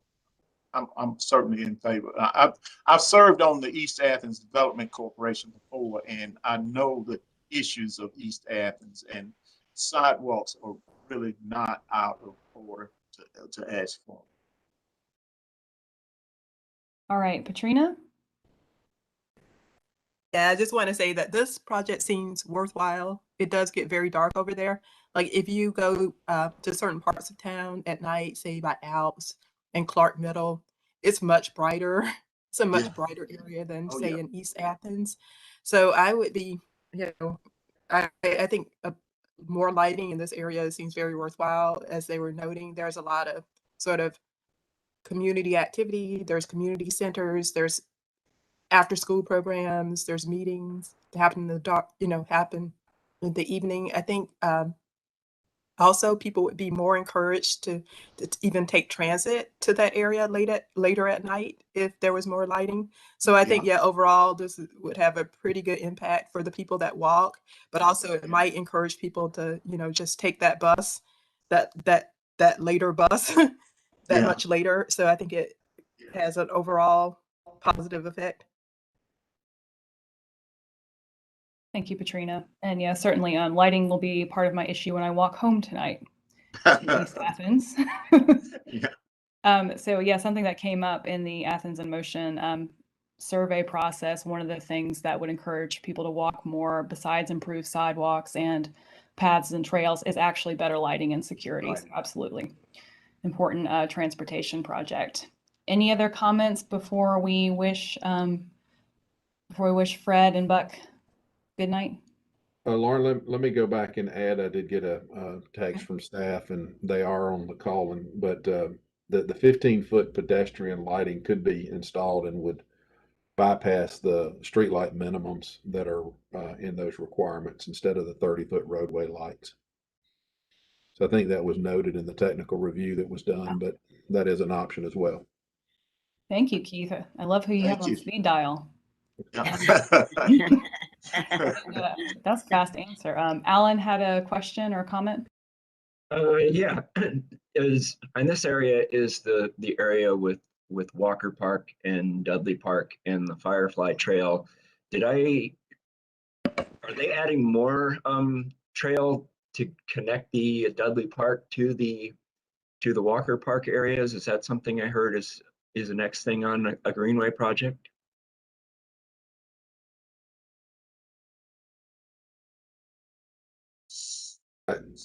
I'm not aware of that, Alan. Okay, I may have misinformation. All right, well, Fred and Buck, thank you for being here tonight. You were still a little bit hard to hear, so if y'all want, you can come to City Hall for your next presentations, because I know you've got some more. We definitely want to be able to catch everything you're saying. And again, committee members, if there's anything that you didn't quite catch or you want more information on, can absolutely fill out that form. And we'll get those questions to Fred and Buck. Okay. Yeah, we'll work on the mic situation, Arnold. And thank you very much. Thank y'all. All right, so Lauren, we are ahead of schedule a little bit. If anybody does want, if you do want to call a 5-minute break, but just want to make sure everybody gets back quickly. I'm going. All right, 5-minute break. We'll see you all back here at 7:31. Thank you. All right. And we are still streaming, so I can't pause that. So yeah, so don't take your phones with you to the bathroom or anything.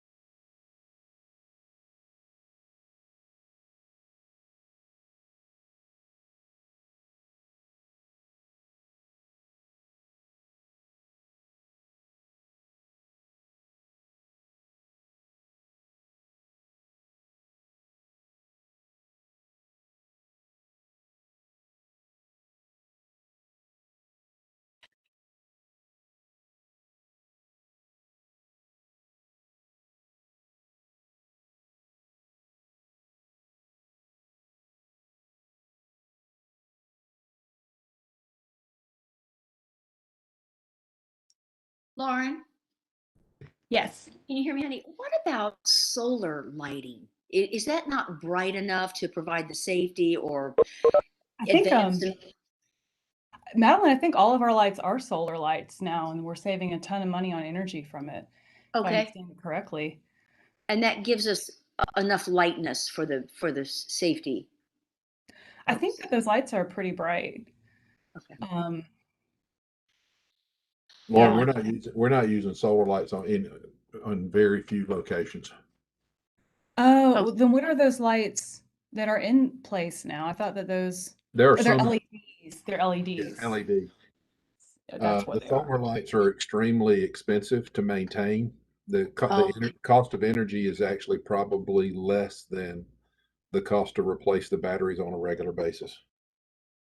Although there's some that would disagree with me, and I'm sure that we could enter into a very heated argument over that right now. But it's just the maintenance cost has been the park and ride is a great example there at the loop. Most of those batteries are already having to be replaced or had to be replaced and they're terribly expensive. You know, when you think about, value returned for dollars spent, lighting is so optimizing in so many regards. It's like, your street becomes Disney World. And so there's certainly the issue of, feeling that you can stroll the boulevards. And gosh, I wish the whole world were lit like that.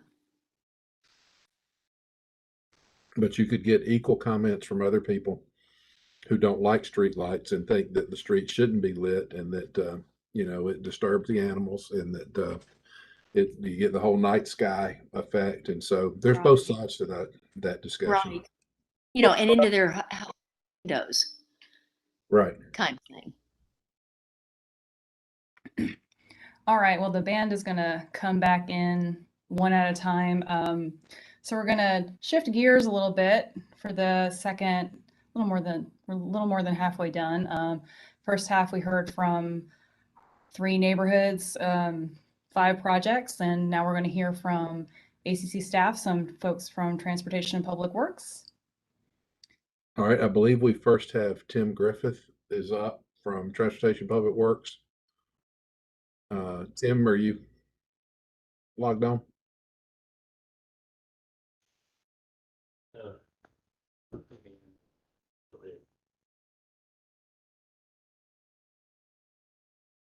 Tim, I heard you for a brief second. Are you? Can you hear me, Keith? There you go. Keith, I think Daniel should be up first unless you want to swap the orders around. Oh, I'm sorry. All right, Daniel, you're first. My bad, Tim. That's okay. Yeah, not a problem. Daniel, are you I was mixed up for a second. Are you going to share your presentation? Or don't you do that? I can. Would you prefer that? If you're willing, yeah, go ahead. All right.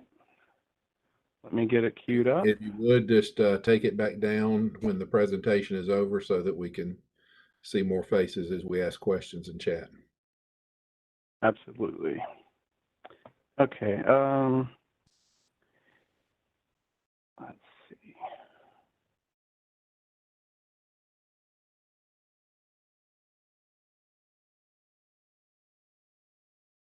So we'll give this a shot and see if that works. There you go. We can see that. So you got 10 minutes. I'll give you a 1 minute warning at 9. Thank you. Thank you very much. So I'm Daniel Sizemore. I'm the Bike Pedestrian Safety Coordinator for Athens-Clarke County. And let's see, there we go. The project I'm presenting today is the Multimodal Safety Improvements Program. This program seeks to provide funding for a variety of safety-related projects throughout Athens-Clarke County, including safe routes to schools, safe routes to parks, roadway safety audits, and the implementation of safety corridors. So Athens-Clarke County has one of the highest crash rates in the state per capita. We have about 15 fatalities and 1,300 injury crashes annually, And in the last 2 years, we've had 19 fatalities each. This year's on track to actually be the highest if we keep up our current trend. Currently, we have 16 fatalities, and we're trending towards 24 fatal crashes this year if that trend keeps up. Typically, safety projects have been opportunistic, relying on grant funding, roadway safety audits, and capital improvement dollars, among other sources. Additionally, we don't have a safety action plan to systematically address crash trends as they come up. This project seeks $13.9 million to address safety issues identified through various considerations, including data analysis, roadway safety audits, resident requests, or historic crash data. This project is divided into 4 sub-projects that I mentioned earlier. You can see them here. And you can see the amount of dollars per project. The bulk of it would be Safe Routes to Schools with $5 million, Safe Routes to Parks with $2 million, roadway safety audits. We calculated that out at $350,000 a year because those are yearly audits, and we would request kind of those chunks of funding as the year goes through. Safety corridor implementation would be $1 million. So I'm going to go into a little bit of detail right now on what each of these are.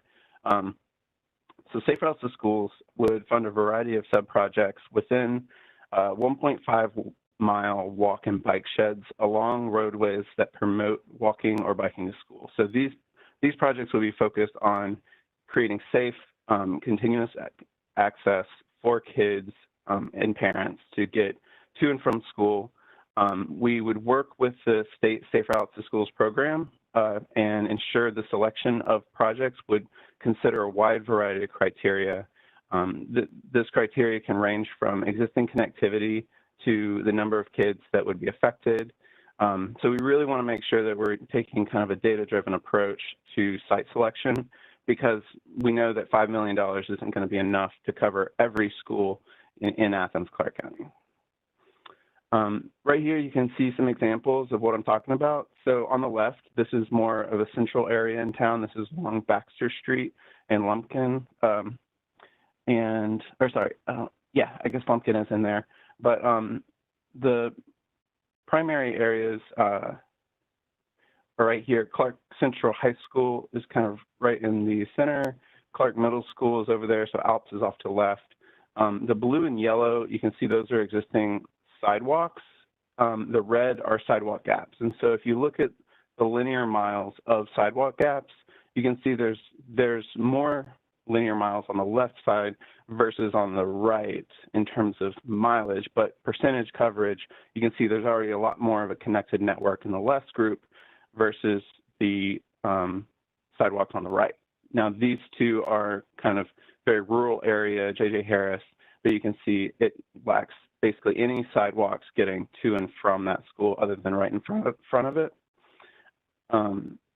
Additionally, you can see there are fewer people served by the sidewalks in the right one. And so this is just to kind of highlight that difficulty of making the decision between where these sidewalks would be located. So what we're essentially proposing is kind of a bucket fund that would then be utilized throughout the county in these different areas to determine the final locations. So Safe Routes to Schools is these programs work. There's a lot of data, and there's a lot of different things that they kind of bring in. This is kind of pulled from the Safe Routes website, but you can see that 16-minute can be achieved by walking or biking to school. That's kind of 16 minutes of the recommended 60 minutes of daily activity. So it not only provides safe access, but also increases health and kind of viability of a community. Safe Routes to Parks was kind of born out of Safe Routes to Schools. Athens was actually one of the first pilot sites for Safe Routes to Parks program a couple of years ago. Leisure Services worked with the national agency. We were one of 10 cities to kind of test out their program. And the gist of this is that the Safe Routes to Parks are typically kind of focusing in that 10-minute walk and bike shed of the parks. And then from there, it'd be very similar to the Safe Routes to Schools, where we would choose which projects to fund by utilizing the framework developed by NRPA, that's National Recreation and Parks Association, and we'd also work with Leisure Services on this. So we would want to make sure that park type, population served, existing safe routes, historical neglect, all of these factors would be factored into where are we creating these safer routes to the parks, and work with them on that.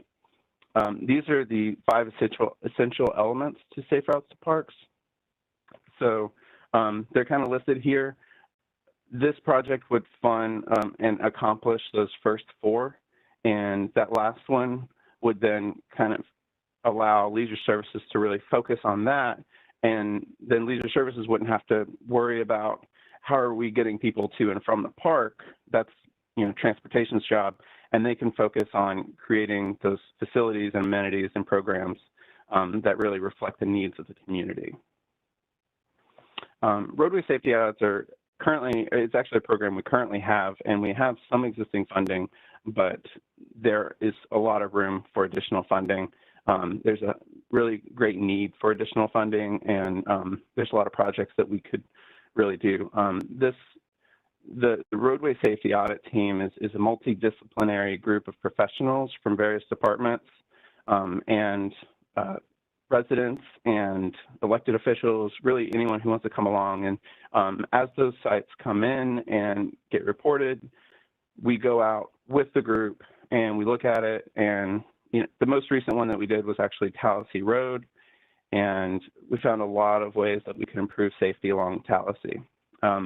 The overall goal is to inspect those roadways and intersections and make short, medium, and long-term recommendations for safety improvements. So this money would specifically be utilized to implement those more difficult safety improvements, such as, so here's an example of one of our roadway safety audits on Tallahassee. You know, building out the curbs here, building additional sidewalks on the north side of Tallahassee. You know, there's just a lot of, there's some things that we can cover with our existing funds or working with GDOT, but then there's a big gap, you know, whether it's building, you know, mid-block crossings or roundabouts even. So that fund could go towards those larger projects. This is our current kind of budget impacts existing right here. We can come back to this later in questions if we need to, but essentially the 350, thank you. The 350,000 a year would be that sustainable funding for the next 5 years, and it would take the burden off of general funds for the next 5 years. Safety corridors, these are really focused on the 4 E's: engineering, education, emergency response, and enforcement. And this is basically, they're designed to encourage safe driving habits. So the site is selected, and then we kind of create a systematic approach to determine how we can make that corridor safer for drivers and pedestrians and cyclists. Here's historical crash data. You can see we're number 4 in crash rate and injury rate in 2016. Not something you want to be number 4 in. And then here's some of our data. We can come back to this if y'all would like to see it. The last thing I want to touch on is the Athens Motion Plan calls for various goals to act as success measures. This project helps accomplish several of these. They're all kind of highlighted here. We're looking at, you know, bike and pedestrian connectivity, safe routes to schools, you know, coming up with better ways to record and map crashes. All of that will be addressed in these various projects. So there's some more information here on the closing the equity gap, but we can talk about that as I get y'all's questions.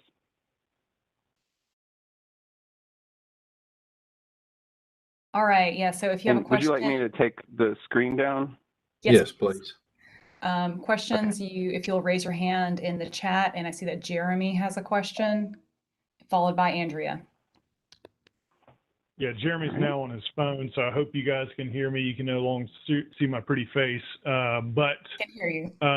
As a part, great. As a part of this funding, are there studies involved involved in the funding, I guess, or is that going to be separate? And then I guess the other 2-part question is that it seems a lot of these, you know, safe routes to school, safe routes to park, parks and corridor safety, seems like there's going to be a lot of overlap there. So I didn't know if there's going to be any way to differentiate between, any of the four that y'all mentioned or that you mentioned, but, certainly, maybe elaborate on that a little bit, and then just let us know if there's money or money set aside for, the studies to see where this is best well spent.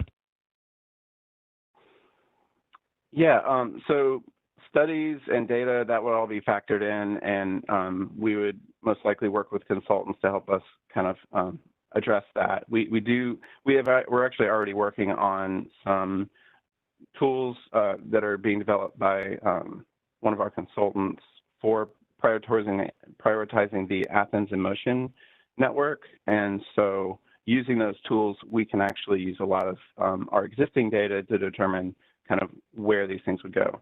Additionally, all of these projects would go through public input as well. So we wouldn't necessarily be kind of making our decisions from a tower, and directing what's going to happen where, especially with the safe routes to schools and parks. We'd want to coordinate with the schools and, work locally in the community to see. And actually, I kind of see a lot of opportunities if, some of the proposals that are brought to you over the next few months, if those don't really, if those don't quite make it through, or there's limited capacity, then some of those could actually be, factored in as well. We really, the way that we determine where these different monies will be spent, it will be based kind of on that individual program. So you can read a lot more details in the proposal itself.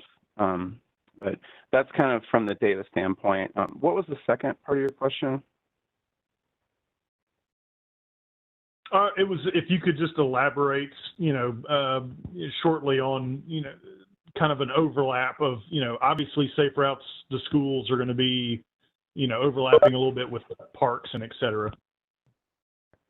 Right. So, ultimately the analysis that we would do, what it does is it kind of creates an opportunity for, as we get more resident requests, which, I get several of those a month where people are asking for sidewalks in their neighborhood and they're like, hey, there's a school across the street and there's not really good access to it. And I currently I don't have anywhere I can point them. There's a couple different programs that we have, but ultimately we don't have funds to build sidewalks for these requested areas. And so this would allow for us to do kind of an in-depth look at, where are the different schools, where do they need safe access? And if we can combine and overlap where one of our programs, if one of the sidewalks, for instance, overlaps a school service area as well as a park, we can take 50-50 funding from either of those kind of allocated budgets and make sure that it's being spent properly. All right. Thank you. So we do have 3 more people who have questions, and we have 5 more minutes left for questions. So if everyone can try and pick the best part of their question, and Daniel, if you can give us maybe the Twitter version, and if folks can, if you don't get your question answered, please feel free to fill out the form, and Daniel will be happy to get back to you. So next on my list was Andrea. Yes, Andrea, then Sarah.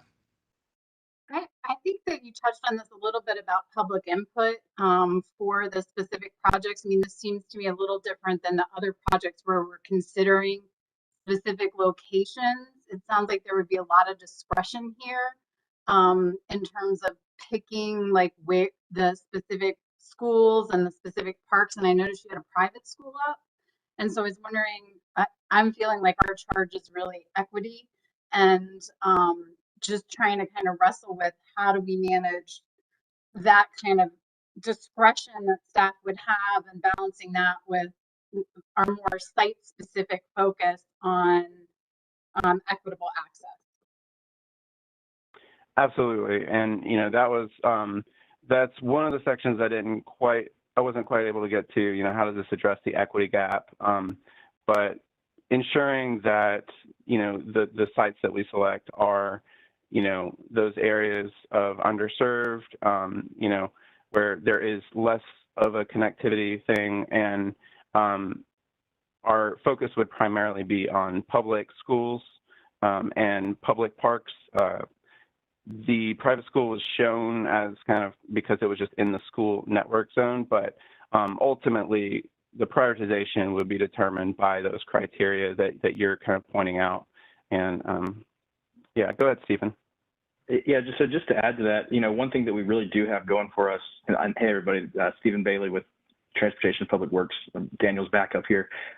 So one thing that we really do have going is we have some criteria already in place for things like Athens in Motion, right? So including equity criteria, connectivity, underserved populations, like those are all built into some of the criteria that we already use for similar projects.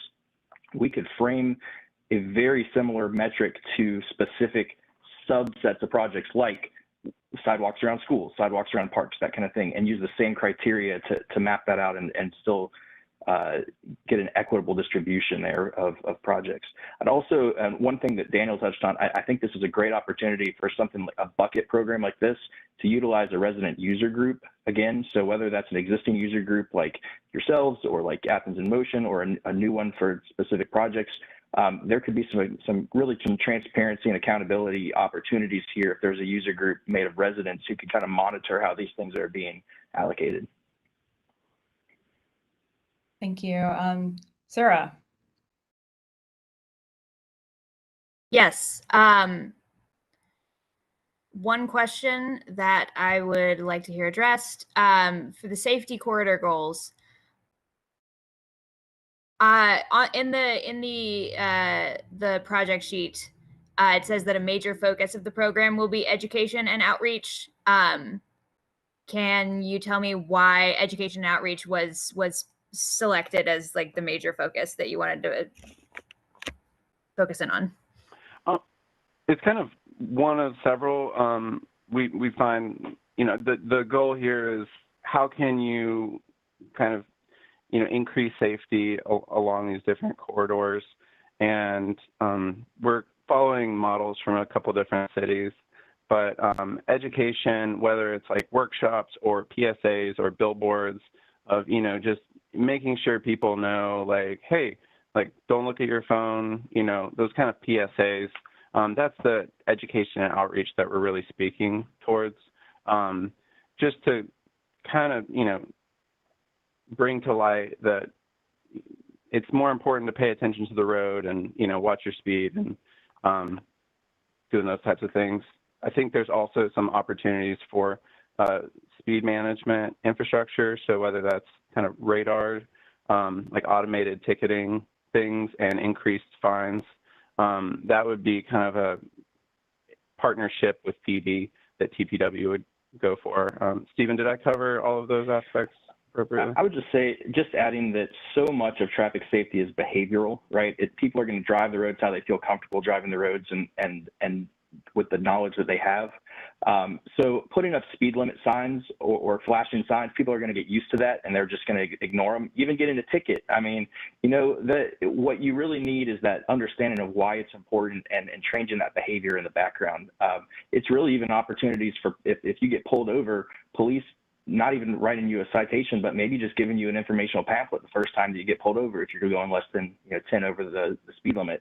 It's opportunities for education that really change the mindset, and I think that's one of our most important goals here with those safety corridors. Thank you, Stephen. So the official question period has ended, but we have 5 more minutes for discussion. So if it's okay with the committee, I will continue to get some of those folks who had questions in. So is that all right if we continue to go with questions, y'all? Instead of just regular discussion. Okay, Frank's nodding. I like that. So Petrina was next, and we have Daryl and Alan. Petrina? Okay, it's been touched on already, and that is, you know, sort of, it seems like there are opportunities for collaboration and consolidation. I'm not sure how aware of projects we were going in. Like, could this project, it seems like this project could speak to maybe some improvements near Stonehenge, for example. Like since this is such a sweeping citywide proposal, it seems like You know, they've transit and public works has covered the entire city, whereas some people are, you know, drawing from their individual neighborhoods. So I'm, you know, I guess overall asking the group maybe how can we look at, or people who've done this before, how can we look at sort of the idea of consolidating some of these projects? Because already it seems, you know, from the proposals we've heard, it seems like, you know, this could touch on Stonehenge, or this could touch on Westchester. You know, how are we handling that? Lauren, if I could try to address that, because it does touch on more than just these projects from Transportation Public Works. There are a lot of projects that are bigger as you go through and read the documentation on them. They're like this one where we cover multiple areas. But there are those other, because we open it up to individuals to submit their projects that have those that affect their neighborhoods or specific areas. And they don't want to combine those projects with a big project. They think they're more likely to be successful with their individual small project versus the great big project. And that's just where the group will have to deliberate as you go through and vote on projects, whether you want several individual smaller projects or these bigger projects. Real quick before we hear from Daryl and Alan, Keith, what's the total dollar amount of all these projects together? Right now we're at 683 million. Okay, so 683 million. We have to bring this down to 139,500,000. So there's going to be most of the good projects are not going to end up on the list. So we have our work cut out for us. Daryl, you had a comment? Yes, I had a comment and a question. I kind of agree with what Patrina was saying about that some of these could have been consolidated into one, because the same area seems like it's in the same, you know, the same route. But my question was, how many kids ride their bikes or walk to school to Clark Central and Clark Middle School?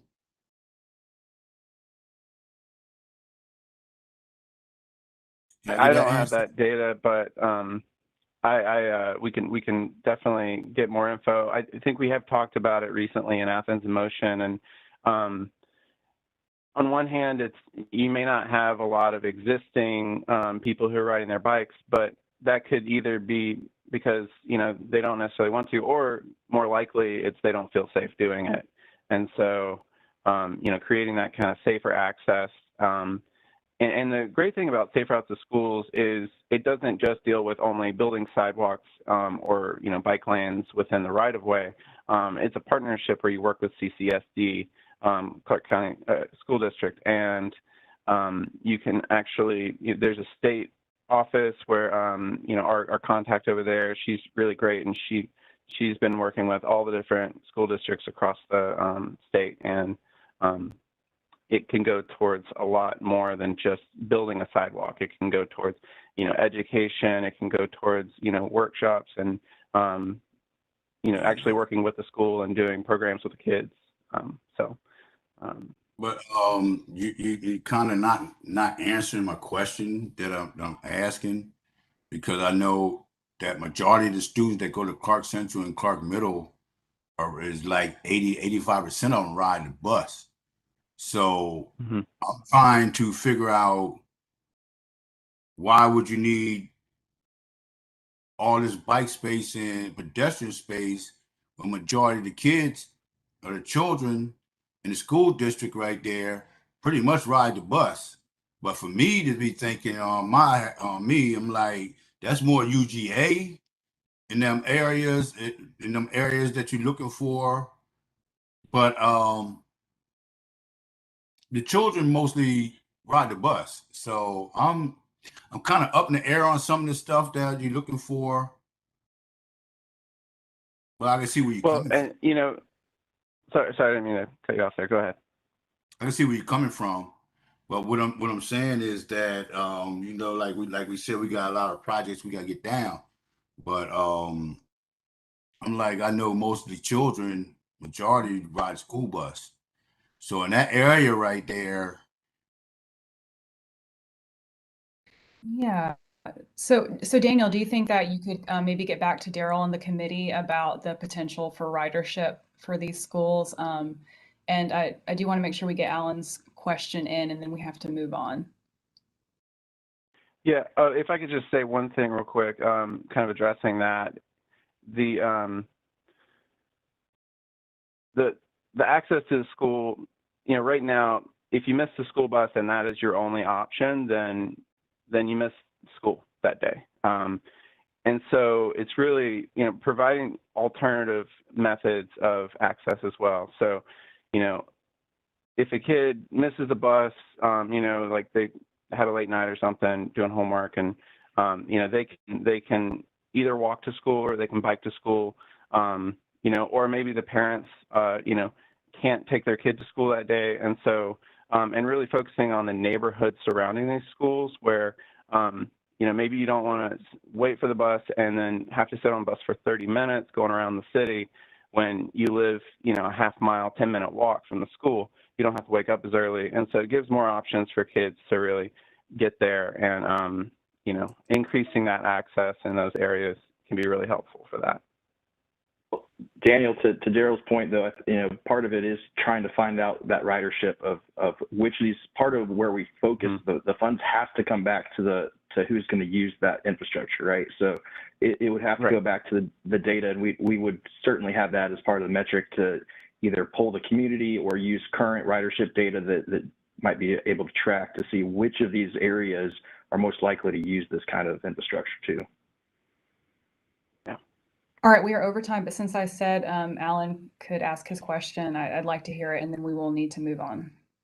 Okay, thank you. And I was a kid that rode my bike 4 miles to school, so but it's been a few days.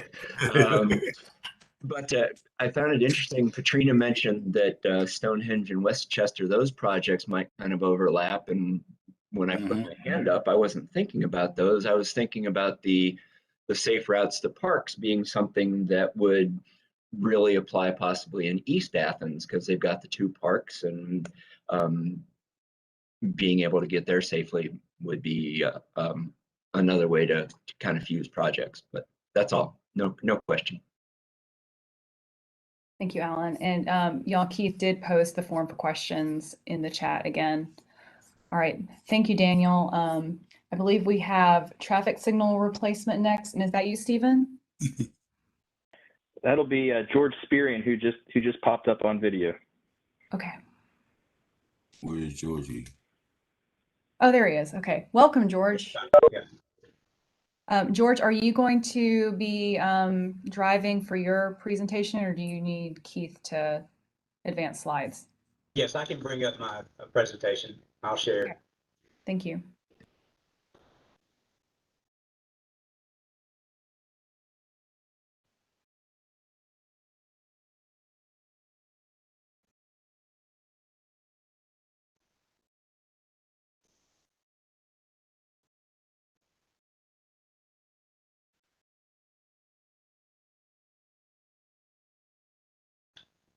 Good evening, everyone. I'm George Spearman with Traffic Engineering. I'm the Signal Systems Engineer, and this is our TSPLOST 2023 project submission for the Traffic Signal Replacement Program. The reason we're submitting a request for the traffic signal replacement is due to our small operating budget. It just cannot handle the replacement or the rebuild of the traffic signals and the intersections within Clarke County. So the summary of need is that many of these older signals do not meet the minimum height restrictions, which causes a visibility impairment and it creates safety issues. Many of the older signals are built using utility joint use poles, such as power poles and AT&T poles that are nearing the end of the lifespan. So we have to rely on those utilities to support the traffic signals. The wiring in these older signals are exposed to elements, and they're more likely to be brittle, more likely to expose our technicians to electrocution and malfunction in the poor weather. There's a photo there at the bottom that gives an idea of some of the wiring that's inside our poles. This is typical signal wiring, and it's connected to a Romex cable that was installed back in the late 70s, which is actually household wiring. So we're going around and trying to change out as much as that as we can, but we just can't get what's underneath the streets and the sidewalks and under the roadways changed out because it's just inaccessible. The conduit is collapsed, it's been damaged. So that wire is still in place, and it creates a big safety issue. Newer signals will include safety elements, including LED indications, reflective backplates that everyone's seen. It's the backplate with the reflectivity around it, which allows for better nighttime visibility, or when the power is out, drivers or roadway users can tell that there's a signalized intersection. Flashing yellow arrow operation and the compliant pedestrian features, because a lot of our intersections and traffic signals are lacking the newer pedestrian features and equipment that's available. The signal heads that are exposed to the elements will malfunction. The access doors will break. The plastic, they're made out of plastic. It gets brittle because the typical lifespan of a signal head is only 8 years, exposed to the UV and weather. Our operating budget, like I said before, only provides enough funding to buy one signal head per traffic signal on an annual basis. That's all I have. So, you know, once I buy that one signal head, that's it for that one intersection for the entire year.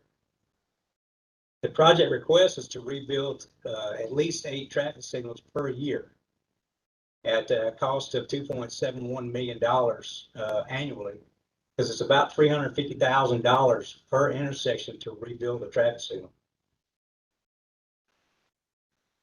Rebuilding the aging traffic signal will include the poles, the controller equipment, the cabinet, signal heads, the signal wiring, and all the infrastructure that's underground. Like I said, because a lot of the conduit is collapsed, it's either been damaged due to sidewalk installations or roadway or the water system or sewer system repairs. It will also install warranted, the manual and uniform traffic control devices, approved traffic signals that's been determined by an engineering traffic study. That's new intersections that are warranted. And we have a few of those that need to go in, but with lack of funding, we were unable to get those started. Athens-Clarke County maintains now currently 173 traffic signals. 91 of those are owned by the ACC government, 6 are by UGA, 76 are by GDOT. UGA has rebuilt 5 of their 6 intersections within the last 3 years due to the fact that our staff have approached them and showed them how their infrastructure was failing as well. So they stepped up and decided to go ahead and rebuild their 5 to reduce, you know, any safety issues or liabilities. The average age of ACC-owned traffic signals is 22 years. 36 of the traffic signals out of those 91 are 30 years old or older. The national standard lifespan of the infrastructure for a traffic signal is only 13 years. And that, you know, like I said, that's due to UV and exposure to the weather. With more age, traffic signals will continue to malfunction more often, create safety hazards for the technicians, and more expensive to maintain. The average roadway user only sees a green, yellow, and red, or either a walk or don't walk signal. They never see the safety issues or the operational issues that traffic engineering has to go through. That graph there at the bottom will show you just where we're at on how many signals and the age group that they're rated in. With the project, we would start off with 10 priority signal replacements that are over 40 years old. That list there on the left shows you locations. And this project covers countywide. Now, it's not just one specific area. Traffic signals are located all around Athens-Clarke County. And then the list on the right is the current warranted signals that would need to be installed with this funding that we're unable to put in because of lack of current operational funding. On the impact to the budget, it would create a more effective use of general fund operating budgets. And you can see in the last few years, we've received some general fund capital But the most was 200,000 for FY 20 or 21, and that still wouldn't rebuild an intersection because the average cost is about $350,000 for a traffic signal rebuild.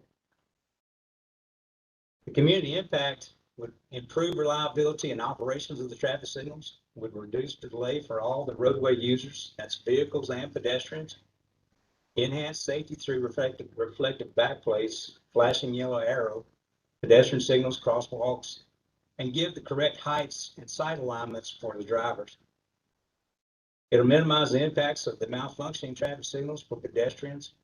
And I know some people have encountered non-functioning fed buttons or broken fed buttons, and bicycles, transit, and all vehicles are involved.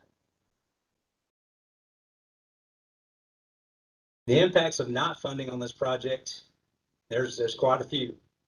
The functional obsolescence of traffic signals as technology continues to change. Like I said, 40% of all the traffic signals under ACC Gov ownership exceed 30 years with a lifespan of only 13. Structural failure of traffic signal poles, that's the metal signal poles will rust from within, and they can structurally fail. The increased frequency of signal malfunctions. Now, a lot of people don't see that because we respond so quickly that we can, with a call, we can get that taken care of. But like I said, it's a Band-Aid that we put on. I've been putting Band-Aids on for almost 26 years. Increased spending on overtime to manage after-hour failures. Inability to signalize intersections that justify the traffic signal installation, which is that list that's already warranted. The safety and liability issues with infrastructure and operations. It's outdated signal heads without backplates create safety hazards due to visibility. And with that statement, if you look at the photo on the right, that's an intersection that's over 40 years old. And those are small 8-inch signal heads. They're only 2 feet tall. And if you see, there's no backplates, and you can barely see one of the indications with the sun shining behind it. That's a huge safety issue for drivers, or if there were pedestrians crossing there. By 2025, there will be an additional 20 intersections within the 2025 year age range. That means an additional $7 million on top of this project if it's not approved. So that price tag is going to go up another $7 million by 2025. With the additional 20 intersections that's going to be added. The material and installation costs have increased just under $1 million since this project was last submitted with 2018 TSPLOST. That means if it would have been approved in 2018, the county could have saved $1 million out of the TSPLOST funding. Rebuilding the outdated traffic signals will reduce the capital funding. Sorry, I need to move this out of the way here. That currently will never reach the goal of sustainability due to the number of intersections past the recommended lifespan of 13 years. We've got so many now that are past 13 years, over 40 years old, that we can never reach that goal of sustainability at the current rate, unless we do all these at one time. Updating signals will allow the equitable funding through capital to maintain the rebuild's needs and reduce maintenance to improve the overall community through the roadway efficiency. The rebuild priority list is based on the quantity of non-standard equipment within the intersection, along with its maintenance history. So we keep a maintenance history on every intersection. And so we rank them based on the maintenance history and the age. If you notice one on the left, it's lacking pedestrian features. There's no crosswalk, there's no ped signals, there's no crosswalks. The signal heads are way too small. They're not up to current standards. There's no backplates. The intersection on the right is up to current standards, backplates, all the pedestrian facilities, including the bicycle lanes and facilities. We can detect the bicycles at the intersection and give priority to them as well. George, that's your time. That's it? Yep, that's your time. Okay. All right, George, if you'll bring down your presentation. I believe, Daryl, you had your hand up first. And if there's anyone who had left their hand up from the last presentation, if you could bring that down or keep it up, and I'll assume that you do still have a question. Daryl? Yes, I have a question. Now, I know I joined TSPLOST and want to do the right thing and trying to work hard and see what's going on, but I'm like, oh my God. You talking about a light step been up there how long? Over 40 years.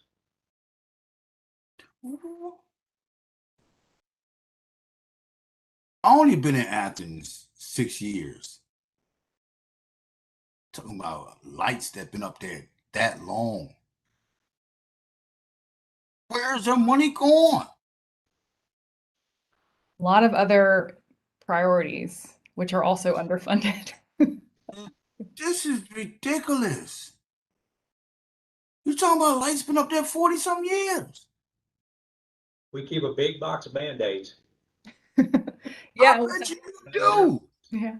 Well, so that's good job on trying to maintain the infrastructure that we have. I guess I'll go ahead and move on to Katie. Katie, you had a Got question? me in tears in here, man. I'm serious. Katie? I wanted to ask Transportation and Public Works if there were any plans to convert some signalized intersections to four-way stops or roundabouts to cut into that maintenance budget.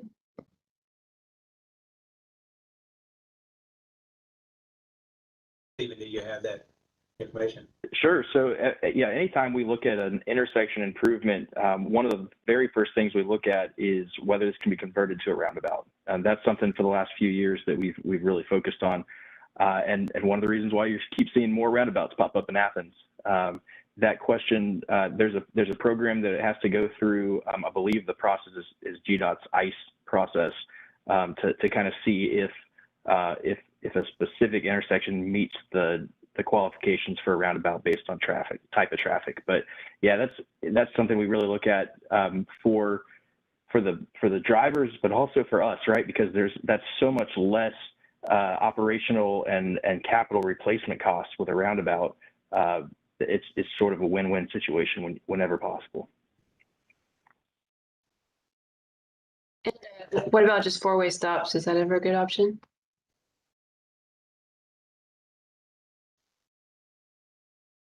I could answer George, that one, Stephen. According to WTCD, we have certain warrants that have to be met, and there are thresholds that have to be met for a traffic signal to even exist. And one of those thresholds, well, there is a threshold that would allow for an all-way stop. However, a signal warrant greatly exceeds that. So the traffic at these locations, unfortunately, is too high to allow an all-way stop. It would result in extreme delays in traffic, and probably would really result in extreme delays with pedestrians as well. Yeah, you know how frustrating an all-way stop can be when everyone's lined up all four directions. Sure. What about decommissioning other intersections, not the ones that are warranted to be added? I'm sorry, can you repeat that? What about looking not just at the ones that are warranted to be added, but could you convert other older signalized intersections to four-way stops? It's the same situation that Tim just explained. All right, so they're all warranted. Yes, the volume is just too high for those intersections for an all-way stop, and with pedestrians crossing too as well. So we're trying to keep all roadway users' safety as a priority. And the lower volume intersections like the residential streets are perfect candidates for those all-way stops. But your main corridors, it's just too much volume for an all-way stop. All right, there are a couple items coming through the chat, and one of them is related to something that Travis is asking. So George, you mentioned that you had requested funding for this with TSPLOST 2018 and did not get it. And so that you're getting some funding through the budget, but not all of it. Are you continuing to ask for, what you need every year and just not getting that through the annual budget? Can you help us understand? We still get our annual operating budget, and we're getting the general capital budget. But even this year, it was reduced from 200,000 to 75,000. So Stephen may have a little bit more information on that.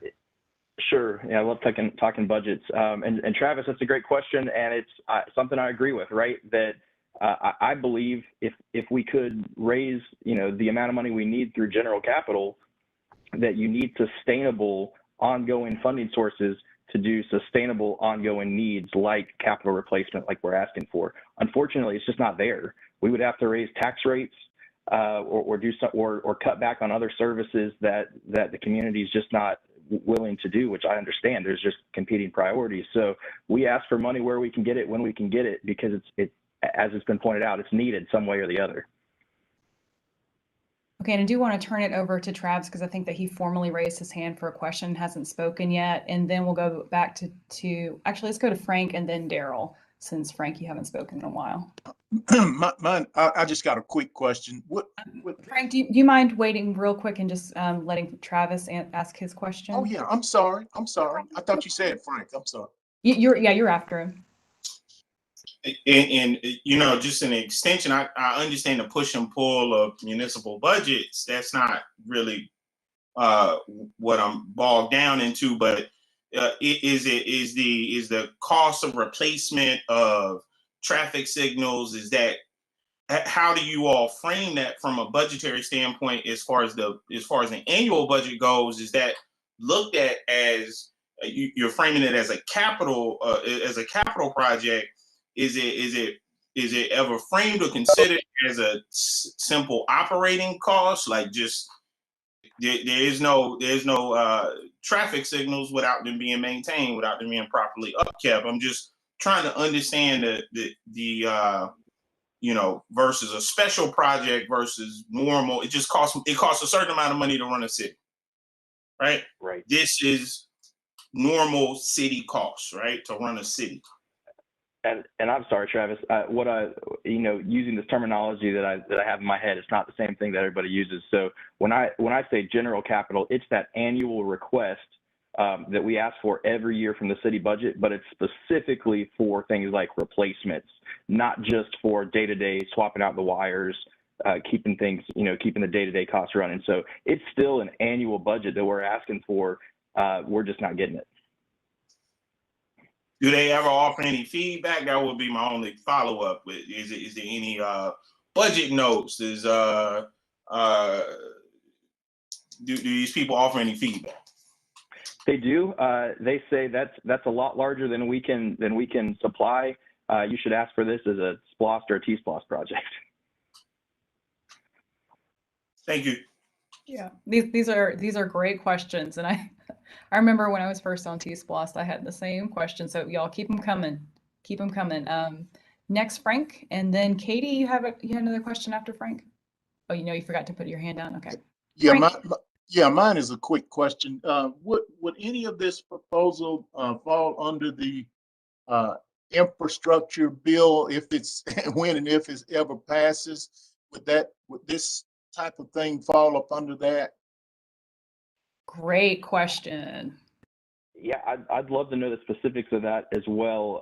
Right now, we've heard roads and bridges improvements in a very general term. I would hope that this would fall under that, but we have not gotten official guidance yet. Okay, that was my question. Thank you. Questions from anyone that we haven't heard from yet? Okay, final comments, questions, discussion? All right. Thanks a lot, George. Okay. I'm going to turn it over to Tim. Okay. All right, so next on the list is new traffic engineering facility, project number 6.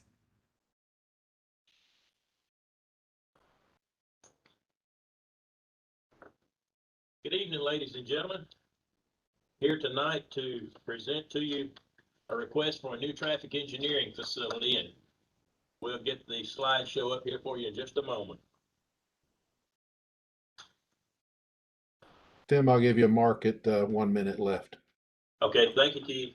Just to give you a little bit of background about our facility that we're in now. This facility exists because in the 1970s, a great tornado came through Athens, Georgia, and destroyed a lot of real estate here. And the former traffic engineering building was one of those things that it claimed. And this building, they did without for quite a while. I started in 1983, but the guys that were here then told me how things went. They operated in a field. And after a while, they scraped together some funds to put together some sort of a building, and hence sprang up traffic engineering, the current building that we're in now. I wanted to show you some of the pictures, but first of all, this facility is located along a major arterial highway, Highway 78 here in Athens. I think most of you all know where it is, and we're kind of in a public safety campus area. We've got the police department on one side, the jail behind us, and the diversion center directly on the other side of us. And the old building is just a plain old vanilla building, so to speak, nothing fancy about it at all. We don't have adequate public parking, and we don't even have a formal entryway or a lobby. One of the things that we really need is a secure place for the Traffic Communications Center. We don't have that. It's just too easy for anyone to walk in, walk out. This old facility, by the way, has been flooded 3 times in the last 2 years. We just got a new roof put on the year before last, and already we have got over 20 leaks in our building. If you could look at the ceiling tiles here in the room where I am now, there are 4 ceiling tiles that show individual leaks here in this particular building. That's after the roof was coated. It's going to need a new facility before long. The back up, George, to the slide before. If you the traffic signal shop is in the left-hand picture here. If you look at that ceiling, that's what our signal guys work in every day. That thing was not even built per code. Those roof trusses are 12 feet apart, 2x4s, and it's a wonder a snowstorm hasn't brought the thing down in the past. Bottom right, you'll see termite damage there in the signal shop as well. Next slide will show you, if you look at the left slide here, when I came to work here, believe it or not, those last 2 bays you see in the fenced-in area behind that are built on a hazardous waste dump. When I came here, they would dig pits, and they would put toluene, lead-based paint, and methylethyl ketone in those pits. Then they'd cover them up when they were through striping with the long line machine. They'd do 1 or 2 a year. And then, unfortunately, they just built a facility on top of that. They just brought dirt in and put it on top, and there you go. The week before last, we, in our traffic communications center, we had a rat gnaw through the fiber optic cable that went to corrections, and they lost total communications with the rest of the world because this occurred over our traffic communications center. I'm not exaggerating. These are some real-time things that we deal with here. I even hate to say this, but we have roaches large enough, I believe you could saddle them out here in traffic engineering. It's that we're infested, and it's not the facilities is not doing their job. They continue to put Band-Aid after Band-Aid here for us, and it's just not working. This is the primary location for traffic information and systems technology and daily operations. From this location, engineers can view real-time traffic patterns and congestions while adjusting signals and communicating emergency maintenance. Now, this facility that we're asking for will house the new TCC, the Traffic Control Center. Within this Traffic Control Center, if any of you have ever been out here, you've seen it, and it's an impressive little room that we have, but we can only view about 30% of our traffic signals. With a new facility, we could view and control all of the traffic signals, the pedestrian signals, and the school zones, their flashing lights, signs, etc., from our new facility. And also within the new traffic, I'm just going to hit a few of these things. I don't want to run over my time. The last bullet point, with the age and structural condition and lack of facility space needed for operational requirements at the current location, traffic engineering would be upgraded to a new facility next to streets and drainage on the Public Works campus site, and that's located on Spring Valley Road. So we would be close together with them and sort of a one-stop shop for a lot of customers that need to utilize our facility here. Now, from this point on, this is the old. We'll be talking about the new. We'll put the old behind us. The smart connected technology Capabilities within the upgraded traffic engineering facility would allow for advanced pedestrian detection, which I think everyone desperately needs and wants here. They would reduce the wait times for walking access even during high vehicle volumes by adaptive timing. Connected technology would also standardize additional pedestrian safety features, including advanced signage, markings, smart ped signals, electronic button activation systems, and ADA access. Now, the next project you will hear George present is on the smart cities, and this project goes hand in hand with a new traffic engineering facility. Without the smart cities project, we'd have lots of information, but not a great ability to use it. We need the fiber optic cable to be able to complete this project and to help folks out here in the Athens, Georgia area. Vehicle and pedestrian wait times are greatly reduced through this project, and then through the construction of this, the technology, we could help alleviate traffic congestion and even offer plans for alternative routes when things come up that, for instance, a tree across a road or some sort of a crash incident, and we could reroute people with these new technologies that we could implement in this new building. And then one important thing that I want to point out, the next to the last bullet point, all roadway improvements completed or in progress from TSPLOST 2018 stand to gain from the construction of a new traffic engineering facility, as well as many of the projects that you will hear proposed here in the next few months. Many of these could benefit from a new facility. This would encourage greater use of active, sustainable transportation. The technology benefits all road users. I've already mentioned pedestrians, bicycles, vehicles, and transit passengers who can access the smart road equipment on cellular devices. The new facility will house the newest adaptive software that will automatically adjust to changing pedestrian and automobile patterns. I think that would be tremendous for us. I know it would. This improves safety for all residents through incident reduction and emergency response times. This project strongly supports 11 of the 14 project selection criteria. Then a triple bottom line impact. The upgraded traffic engineering facility would provide the operational capability to serve the residents, UGA students, and visitors with technology that will accommodate smart connectivity for pedestrians, vehicles, public transit, and location services. The technology applications with the new facility will allow for reduced traffic congestion through connectivity to the roadway devices, resulting in, important note, reduced emissions and impact to the roadway surface. Then the new facility will support green building standards. All these things we feel are very important, and I will wrap it up just a little bit early here and allow ample time, hopefully, for questions.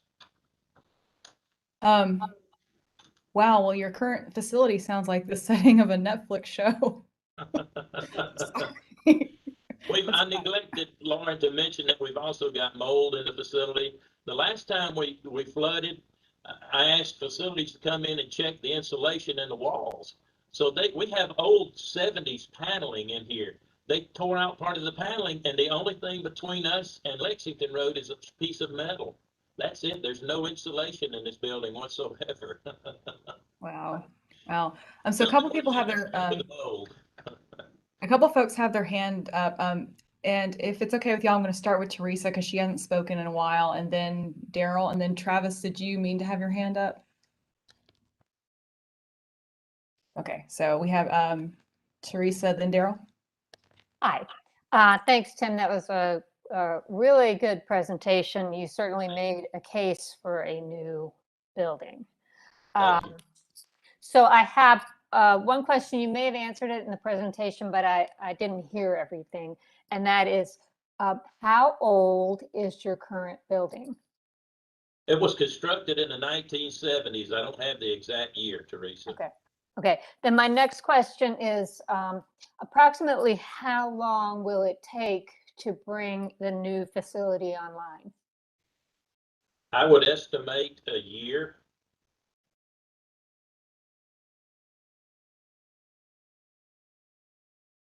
Now, Teresa, that if the funding and everything were in place, and then we had the engineering, the design done, it could be constructed in a year. So, okay, so you're saying there'd be some lead time, but the construction itself would be a year? Yes, ma'am. That's correct. All right, Daryl, and then Alan, and then Katrina. I do see Alan's question, but I'm not going to bother let Alan handle that one. But my question is this: why it takes so long for them to fix your facility? Well, Daryl, I mean, you talking about the county have all this money? We got taxpayer money coming in the county. I keep looking at stuff like, wait a minute, where's this money going? How come your building looks terrible, man?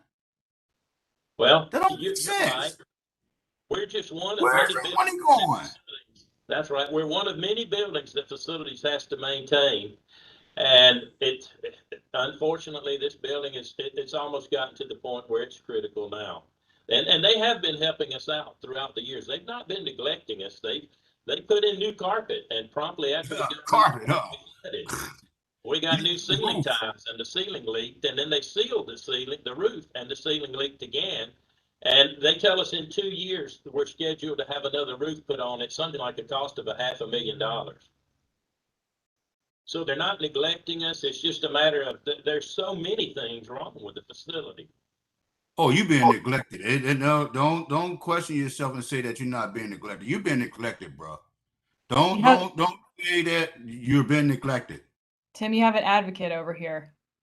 I know, and I appreciate it too. Daryl's my new best friend. You come on out, Daryl. We'll show you. We'll give you a tour of the facility, my friend. All right, all right. So Alan, you had a comment you want to share? And I've been to your building, Tim. You are neglected. But just wondering, is this something that could dovetail in with the 80 million that we have allocated in the TSPLOST for the new government complex, where they're supposed to be able to consolidate some of the other government offices into more of the, well, just other government buildings that aren't quite so crappy? Yeah. Stephen, I'll defer to you on that question if I could. Sure, Alan, I think you targeted the right word there. It's offices. I think they really are trying to focus some of those office-bound departments together downtown.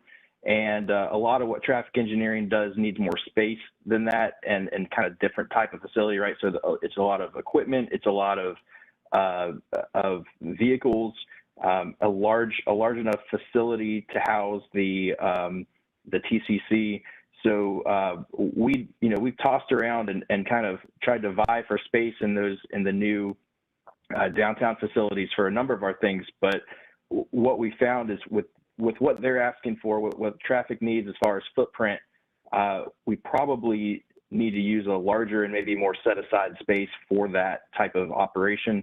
The good news is it already exists, right? Spring Valley Road, where Streets and Drainage was built, was originally supposed to be a larger public works campus. So the existing parcel there is big enough to accommodate another building.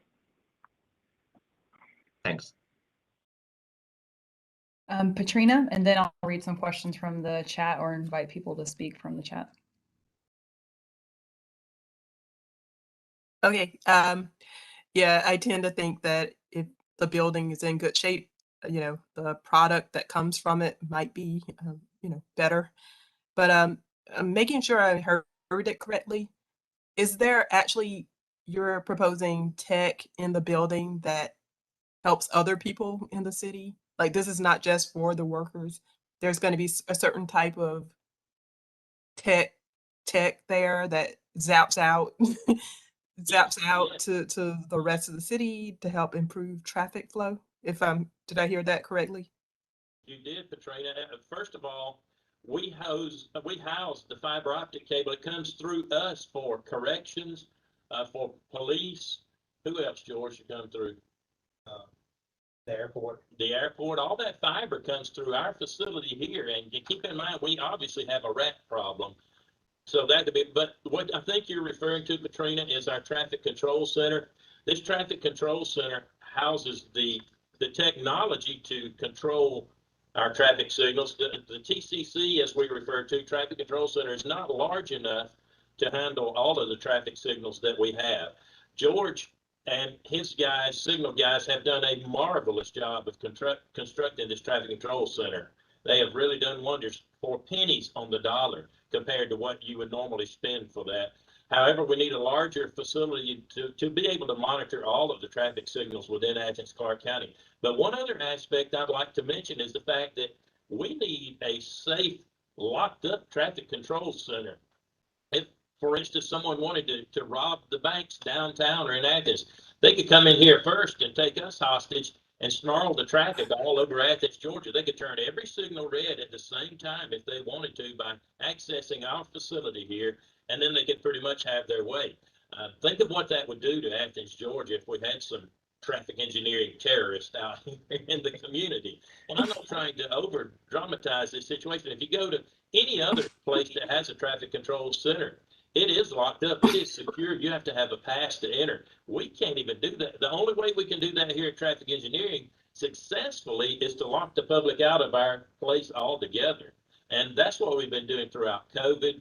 But we do desperately need some changes here. There's no doubt about it. And I'm not, you know, if you want to come out and look, we'll offer that to anyone. Just give us some advance notice so we can set up a safe time when you can come out and view our facility, but particularly the traffic control center. We offer that to the general public anyway. We'd like to bring them in and let them see what we have. It helps them understand a little more about traffic control and the operations that we have here. But does that answer your question, Katrina?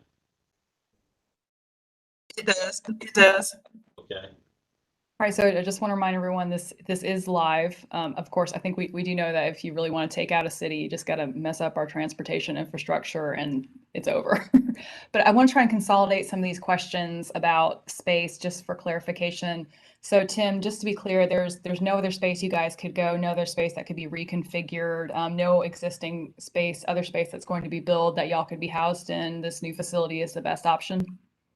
That's right. We've explored that option for the last several years, and we have explored other pieces of property as well. And our way of thinking is that the most convenient place for the residents of Athens to access us is they have to come here to get permits, lane closure permits, some other things they need to come here for as well. And it would be so handy for us to be right next to streets and drainage. That would be ideal. And then hopefully at some time, Transportation and Public Works Engineering Division could be moved out there as well. And then all of Transportation and Public Works will be not under one roof literally, but so close you could walk from one facility to the other and handle everything you need. So we feel like that's the best option. And honestly, what we really felt like we needed would have been quite a bit more than this, but with the amount we proposed, we can get something that's workable, doable, and would have a little room for expansion in the future. Understood. Thank you. Frank, you had a question? Yeah, question and statement. I'm retired from the police department. I've been inside your building, not there, so yeah. I know what the condition is in. There are some cities that actually, as time goes on, they're expanding those camera systems. Now, right now, the camera systems are in the police department communications center, I believe. But as time goes on, is that a possibility that would be in traffic engineering? I've seen some cities where they have the big board in there, just like a DOT thing. Is that? Yes, we have those big boards. We just don't have enough of them. And we do have the police camera access here. They actually are displayed on the board, yes, sir, in our TCC. And then we have space devoted to the traffic signals that we can pack onto these television sets. I got you. Okay. And we do have a position that was allocated a couple of years ago that is able to manipulate and operate these traffic cameras and the traffic signals on an as-needed basis. But we just need a larger facility to be able to handle everything. Yeah, I agree with you on the facility. Yeah. I've been there, so you ain't got to convince me. Okay, thank you. But yes, sir. At some point in time, the police department might even be able to be stationed their cameras, and someone here could perhaps operate those as well. It would even be with a new facility, we could actually control the traffic better from the TCC during a Georgia football game than the police could on the ground. They do an excellent job. There you go. That was my thinking. The officers to go do things that they need to do during games, but it's not an option currently. But if we got the new facility, it certainly would be. Right. Okay. Thank you. Thank you. Great question. All right, we're going to start wrapping it up. I know Daryl has another question. Is there, he says it's going to be quick. And after Daryl goes, is there anyone else, if there's anyone else who hasn't had a chance to speak, we do have one more presentation after this, and I think Tim's going to give that one too. Actually, George is. Okay, George is, okay. And Right. keep in mind, the next one would be hand in hand with this request as well. So keep that in mind as you listen. All right, Yes, Daryl, what you got? This is not a question. It's just something to go along to what was being said. I remember driving an 18-wheeler out of Utah for CR England, and they have what's the name that you could flash your lights on your car and a light will change. I'm serious. You can flash, like you put your high beam on and put the high beam off. The light will change as long as no car's coming. Yeah. Right. We've heard of that, and this new system that George is about to ask for, we could actually set it so that the police, the fire, even transit and ambulance services could preempt the traffic signal. By the time they got there, the signal would be green for them to proceed. So I don't mean to steal George's thunder by any means, but that's Daryl. That is a great point to bring up. Yes, sir. Yes, sir. You're on the cutting edge of technology. So Daryl, I wonder if the same signal would work with my little light on my bike if I just flashed it. Do you think it would work? Okay, because I end up at a lot of dead reds. It works.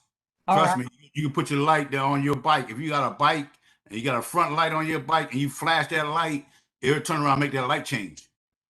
All right. So now I really want to hear about this smart city technology. So George, you ready? Thank you.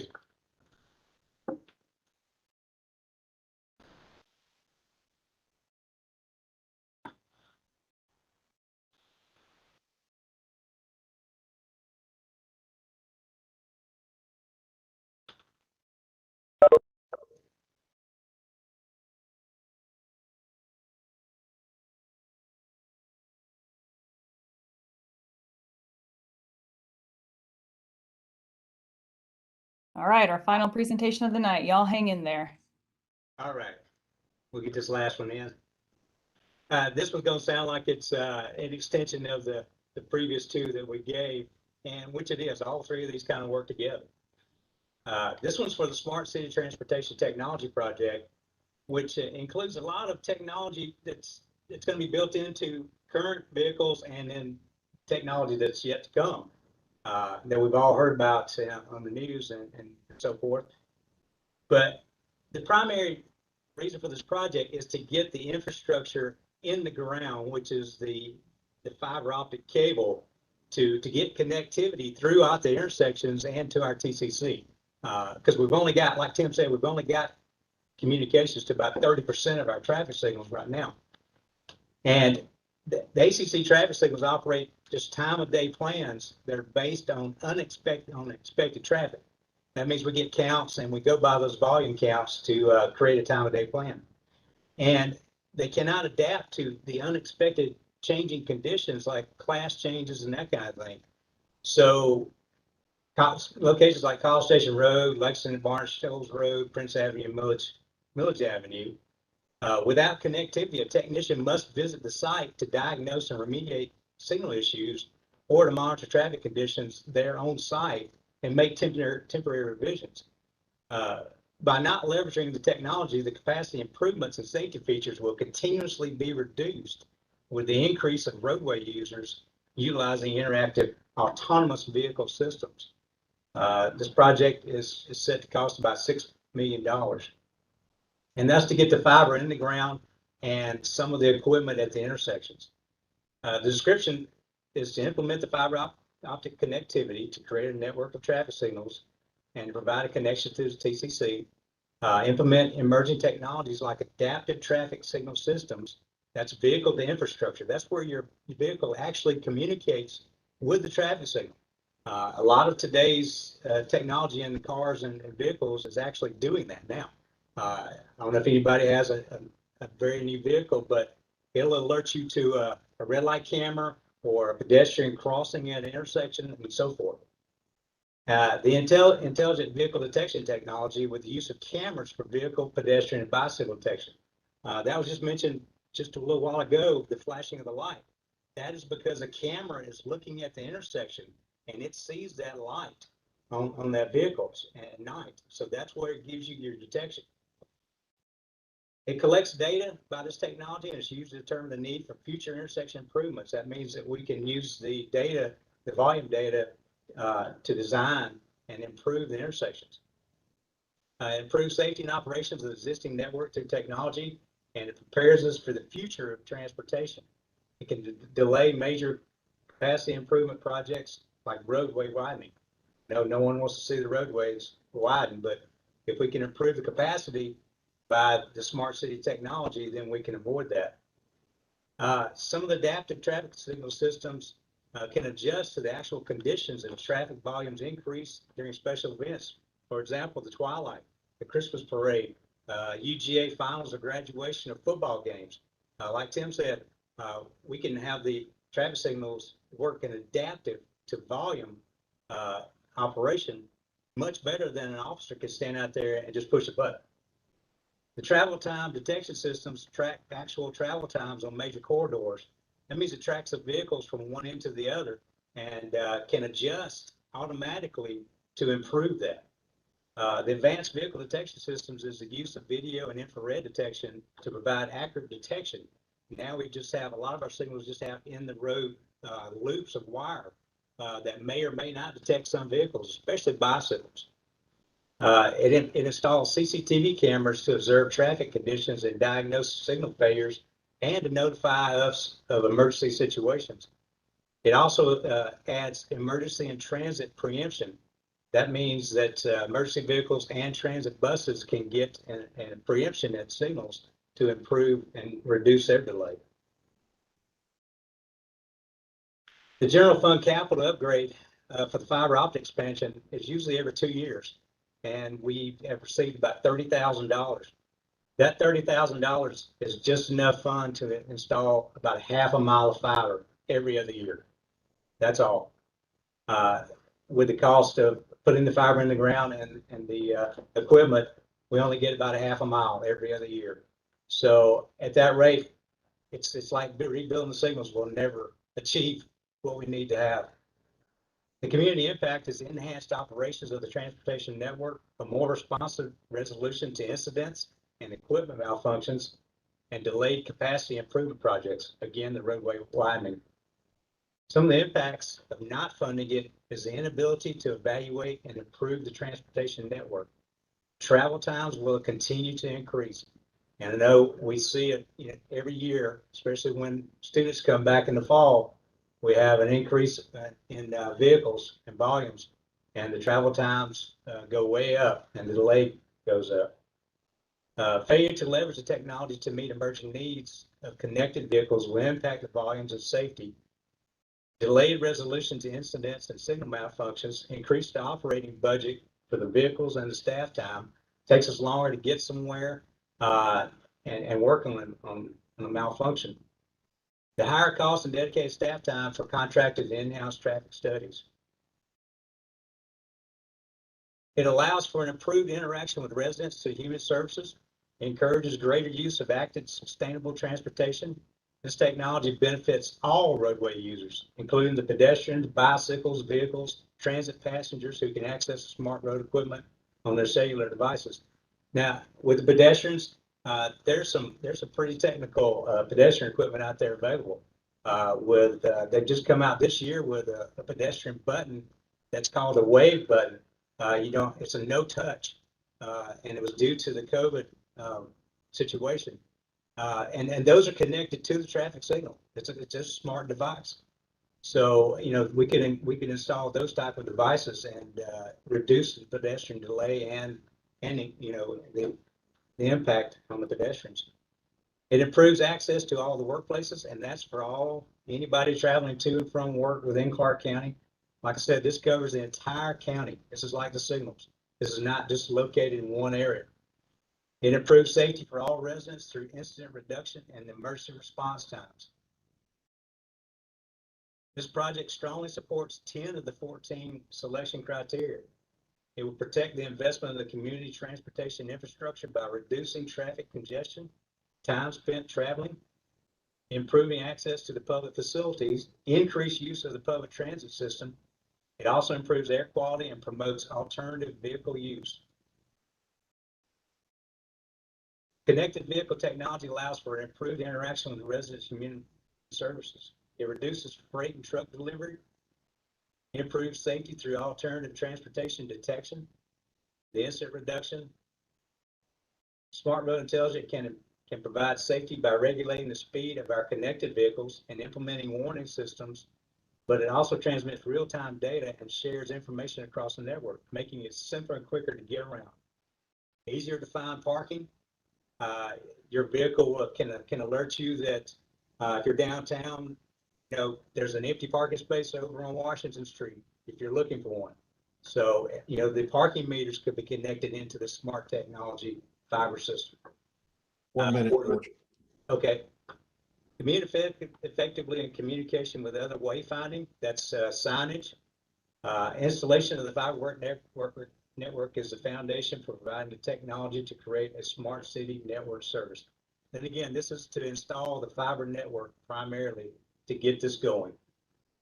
Transportation technology allows for reduction in emissions and time spent traveling the roadway.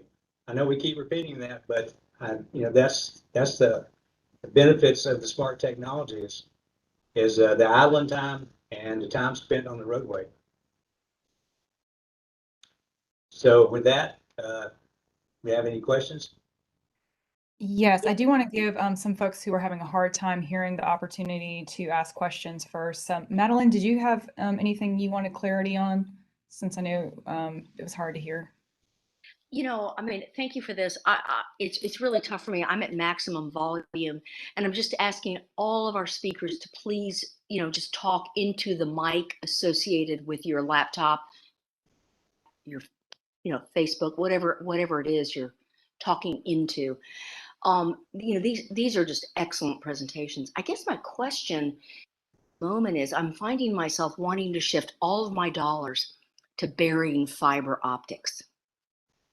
It's kind of, you know, your presentation is just compelling from the point of view of, do we need to just ditch everything else and put fiber in the ground? So I know that's a crude like question, but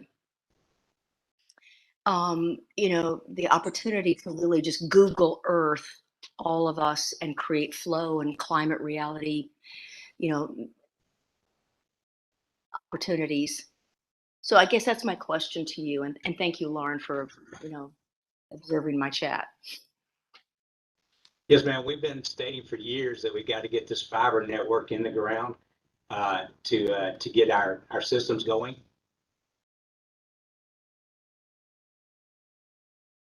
Thank you for the question. Thank you for that answer. Sarah. Yes, I have a lot of questions, but I will keep it to one for right now.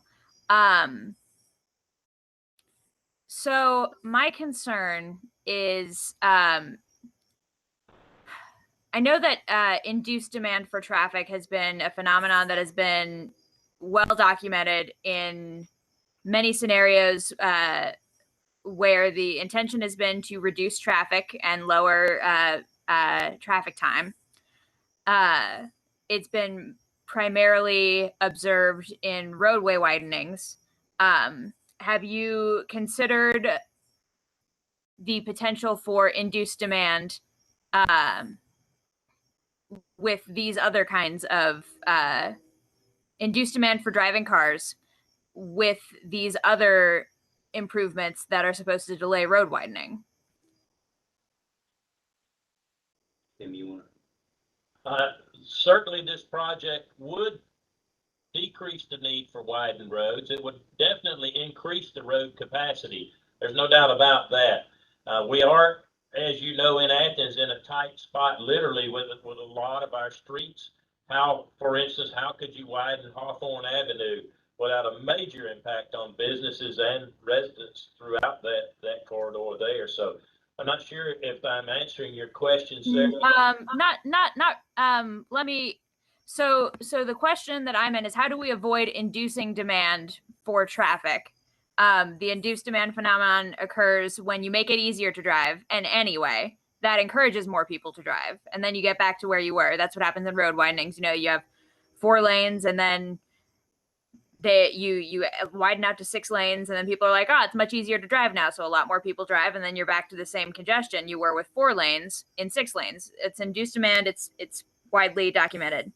Are we considering the impact? Are we considering that that reducing these travel times will just induce more people to drive, which environmentally is disastrous?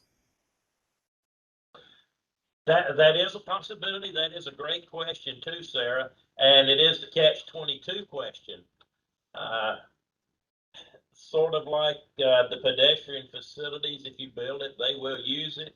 Yes, that is true. Now, we're not saying that, please don't misunderstand us, that we're going to make it easy to drive around Athens. The vehicles would move more in a platoon than they do now, and it would reduce emissions. It would reduce emissions significantly, we believe, to have the system in place. But as far as being able to answer your question definitively, I'm afraid I can't do that. I don't have the answer to you. Stephen, you got any input on that one?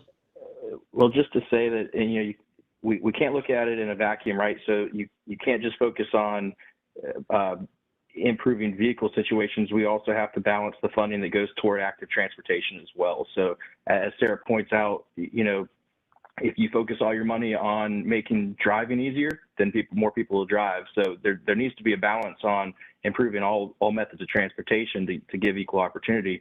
One thing that's nice about these smart city systems, they're benefits to all the people who use the right of way. It's not just the motorists, right? So we haven't had a lot of time to talk about the cameras that tie to this. They have the ability to watch not just motorists, but to also differentiate between cyclists, between pedestrians, and an increased level of service for those users as well. Thank you. Yes. I have some thoughts on that, but I want to make sure that everyone gets to speak. So Daryl had a great question about the new flashing yellow arrows that we have seen. And Stephen, you had suggested that we ask Tim about that if he's around. Tim or George, do you remember the impetus for that? What was there a mandate? Yes, it's to reduce the yellow trap with a turning arrow. So many people do not know that flashing yellow arrow actually works in operation with the opposing green signal. So it was a federal mandate that came across. GDOT adopted it, and so Athens-Clarke County follows all the GDOT and MUTCD regulations. Now, and a flashing yellow arrow actually makes it safer to make a left-hand turn, but you have to yield to the right of way. Can I have something to say about that while I'm on? I think that's perfectly not true, because when you go on, the yellow lights does not coincide, especially on 72. If you go on to 72 and you're going to turn into Kroger's, where that Marathon gas station is, it's going to be yellow, and the car's coming right down the road. And no more turning. You got all these cars standing out in the middle of the road trying to turn towards Kroger's, and you can't turn because the yellow light stays there. Another area is that I seen is like that when it come down to those yellow lights. Some parts on Alps Road and places like that where they got them yellow lights, they don't give you enough time for the people to turn. You got like, especially around 70 on 72 where Kroger's at, you have 0 chances to turn. When it turns green, that yellow light comes on. You ain't even turning. Daryl, this is Tim. Hey, one thing that we pride ourselves on here at Traffic Engineering is response to residents and anyone traveling through our system. If you've got some specific signals that you have concerns about, please call me and I'll be glad I want to hear your concerns. We can't be everywhere all the time. We count on folks such as yourself to let us know where we have issues. So if you'll please get with me on those, we'll deal with those on a case-by-case basis. We'll be happy to do that. I got you. I'm gonna be calling you. And that goes for anyone. Please let us know. Thank you. That was, I was going to have a question about what are residents and visitors' recourses for issues with traffic signals. Jeff, I believe you're next.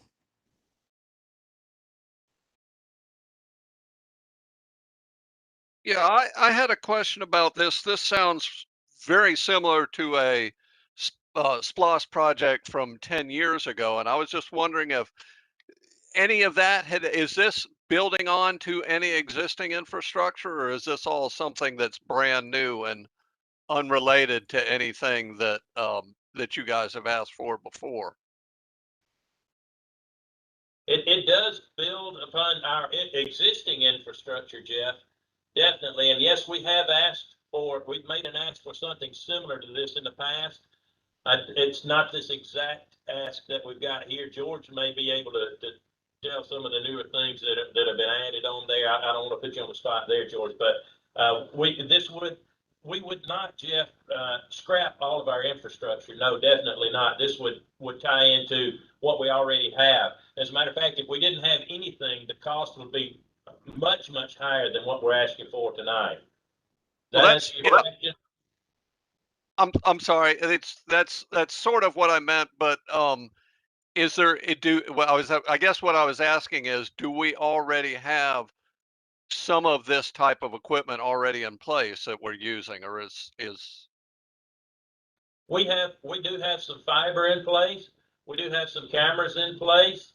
Matter of fact, if you see our TCC, you'll know that we have cameras at about 30% of our signalized intersections now. So yes, sir, we do have some in place. Not nearly enough, though.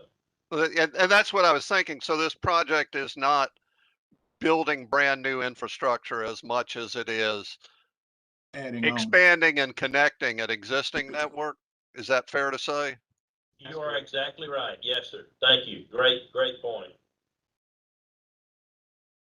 Yeah, thank you for that question, Jeff. Appreciate that. Teresa, then Patrina, and then I'll put myself on the list. Okay, so the price tag on this is $7,080,000, and so if I'm understanding correctly, that would only install the fiber optic cable for 4 locations, or is this for more than 4? And those were just 4 examples. And like, how many linear feet of fiber optic cable are we going to get for $7 million? Roughly a little bit more than 20 miles is what we need to finish our connectivity with the 173 intersections. And it would also give us connectivity to the school system, school flashers, and most of the mid-block crosswalks, because we can connect to those as well. So any of the devices that traffic engineering maintains would be able to be connected back to the TCC. Hey, Teresa, can I add on to that question? I don't know if you're familiar with the Highway 29 area where the newer Kroger's located out toward Madison County. We have 3 traffic signals out there. We have one at Athens-Clarke, we have one at Highway 29, Highway 72, and then we have a signal there for Kroger for their entranceway, and then Bojangles and Popeye's Chicken and those businesses on that side of the road. All 3 of those traffic signals are connected with fiber. They could theoretically communicate with each other. However, that's where our connection ends. We don't have a connection from there back here to traffic engineering. So we cannot communicate with those signals at all. It's quite often that I hear complaints from people, well, I got stopped at Kroger, I got stopped at 29 and 72, and I got stopped at Athens-Clarke. And by the way, you won't get stopped at Athens-Clarke right now because a dump truck went through and snagged the signal poles and pulled everything down. And George didn't mention this in his presentation, but one of those signal poles was not properly installed into the ground. It was put in years ago. We don't know how in the world that happened. George was not the signal engineer at the time, so it's certainly not something that falls back on him. Something a contractor did, and the whole signal pole came down rather than bending like they're designed to do. But if we had communication with that, we could even make that corridor much better. But there are pieces in place, but not the whole. So this would put all the pieces of the puzzle together. Does that make sense? Okay, so you're saying that if we say, yeah, go ahead with the total project at $7,080,000, then you would be able to build your smart city technology and pretty much have your finger on the pulse of Athens from corner to corner? That's correct. Okay, cool. Thank you. Thank you. Yeah, Teresa, thanks for getting clarity there for us. Katrina, and then me. Okay. All right. I'm just asking another sort of consolidation question. Does this in any way connect to the proposal we just heard about traffic signals? Does it connect to or override that another proposal? Or is it just a whole different, a whole different system and different matter? They do go hand in hand, Katrina. If we get just the facility and not the smart cities, then like I said, we've got a lot of information and not a real practical way to use it. If we just get the smart cities, then we can patch in here with the facility we have and use it to some degree. But in order to really maximize the efficiency, we need a new traffic communications center, a new TCC. And that would be very advantageous to have them hand in hand. But Stephen, I think you want to say something. Go ahead. Well, Tim, I think those two tie together, but also to Katrina's question, the traffic signals themselves also tie to this. So this is how the signals communicate with us and to each other. But you still have to keep those signals up and running, right? So if you tie fiber to a signal that's falling down, it's not as helpful. Right. Correct. I want to ask Sarah's question real quick because I think that it's helpful. Is it all or nothing with these two proposals? If we do one and not the other, is it the same as doing neither of them? Did I ask your question right, Sarah? Yeah. Okay. Sarah, right. Stephen, go ahead, Stephen. Go ahead. Well, and so I think that's a great question. That's something I asked both of these guys as well. And I think the answer is no. I think that they tie so well together that you immediately get some greater benefits, kind of exponential benefits if you do both at the same time. But we also know that with limited funding, there's still future opportunities, right? So we could do one or the other would immediately still give us benefits and then hopefully, fund the other one later just to tie right in with what we've got. But we would say that doing both at the same time it does kind of exponentially grow that benefit all at once. Thank you. And so for clarity with the smart city technology, would this allow us to create greenways or I forget what they're called, where a bus can go through lights? We can time it so the bus is incredibly efficient and doesn't get stopped at lights. And same with bikes. Yes, that's correct. It'll add in the transit priority system so that it can reduce the travel times for the buses and increase the route so that the riders can track the buses. Of course, they probably can do some tracking now, but they can time, not to stand out in severe weather at a bus stop for so long waiting on a bus that's delayed, so they can know exactly what time it's going to arrive. You could also do the same for the fire department or emergency services. Okay. And then my next question is for Stephen, but maybe you guys can answer this. So Stephen, would this project resolve my issue where I get stuck at Hancock Avenue on my bike and the light doesn't turn for me on Thomas? So George, that grid smart system that's out there, that has the ability to monitor for cyclists as well. Is that correct? Yes, it does. Okay, so tying to that would be able to change signals based on not just a car getting there and driving over a traffic loop, but a bike showing up as well.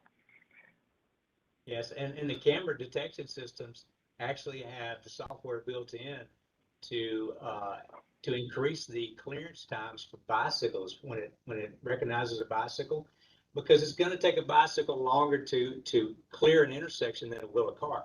So when it detects a bicycle, it can actually increase that adaptive signal timing to get the bicycle through an intersection before it gets green to the opposing directions.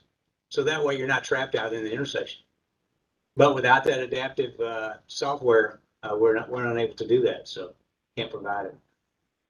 Thank you for that answer. I appreciate that. Daryl, and then I'll read Teresa's comment and we'll wrap up. Oh, my bad. You can go ahead, Teresa. I meant to have my hand down. I don't know why I got my hand up. All right, don't want to skip over you. So Teresa, do you want to ask your question? Oh, sure. Then okay, Frank. so I was thinking about these two projects, the traffic engineering facility and then the smart city technology, and how they go hand in hand. And if y'all could build one of them out first, which one would you do? Well, that's a great question, Teresa. Honestly, we believe the traffic signal program may be the most important because these things are ancient. And were it not for these guys' studious attention to these things, we could have some serious issues with them.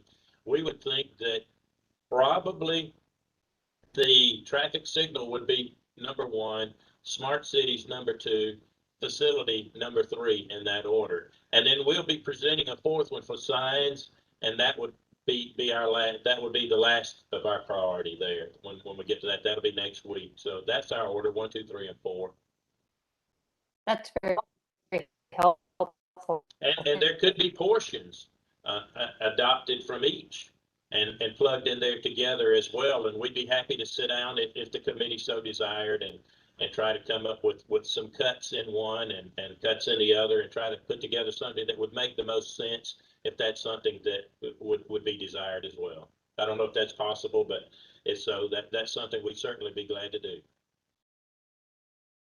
Yes, and as you know, we do tend to come back and ask for alternates. So thanks for being willing to do that. Frank, and then we'll call it a day for these presentations and we'll wrap up tonight. Yeah, I'm a firm believer in technology. I can remember the years having to open the traffic box with a little control in there and having to work that manually to get traffic through after Georgia games. And that being said, that I agree with him. Traffic signals should be high at the top of that list of those proposals there. And that's just my my thinking. Thank you. Thank you. Thank you all. Thank you. Yeah, thank you, Frank. And thank you so much, Tim and George. And I guess we'll look forward to having you come back in and talk about signage. That sounds good. Yeah. Thank you. All right. Thank So committee remains. Well, we made it through our first night. We're 10% of the way done. Oh, God. Good job. Good job, everybody. And I think it went pretty well, considering there were a large committee and running this entirely by WebEx. If you have any feedback from myself or Keith or Robert, happy to hear it. And some of you have been giving me feedback along the way, and I do appreciate that. I know not everyone had a chance to speak tonight. If there's things I can do to make sure that we get your voice in, please let me know. I am very introverted, and it takes a lot for me to be able to speak. And the only reason it happens in a group like this that's so large is because I'm the chair and have to facilitate. So definitely want to honor you introverts out there and hear your voices. Any other comments, Keith, before I talk about our next meetings, or do you want to talk about the next meetings and what's going to go on with the presentations we heard tonight? What's next steps? So the presentations will continue. I will just, pace yourself as you find those favorite projects you have, because as Lauren said, remember, you're only 10% through the list, and every project you hear or let's say every other project you hear is probably really going to touch you and is one you're going to want to do. But roughly every fifth project is the ones we'll be able to do. So just keep that in mind. Keep good notes, and I think y'all did real well on your questions. A lot of folks are putting them in the form stack. Keep those coming, and we'll get those answered as quickly as we can. And hopefully by Tomorrow we'll have in the mail the packets for next week, because next week we do have 3 nights of presentations. So Bob had a question. Bob? Robert?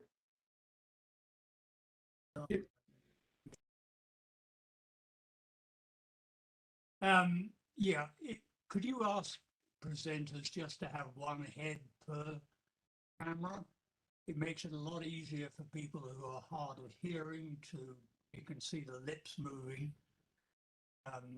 Had 2 presentations where we've had 2 people in the distance. I can't see their faces. Sometimes we couldn't hear them at all. It would help a lot, certainly just for me, maybe for other people, if we could see their faces clearly. That's all. I can certainly, I will pass that along to all the presenters, that's a request. And I certainly will pass along the necessary to test their microphone. And I think Madeline had a good point that I could tell from Buck and Fred. They were looking away from where their microphone was to see the screen, and the camera to be giving you eye contact, but then it was making their voice go away from the microphone. So sometimes you have that mixed bag. You either don't make the eye contact and get good voice, or you make good eye contact and the sound doesn't work. But we'll relay that on to them. Good question. Yeah.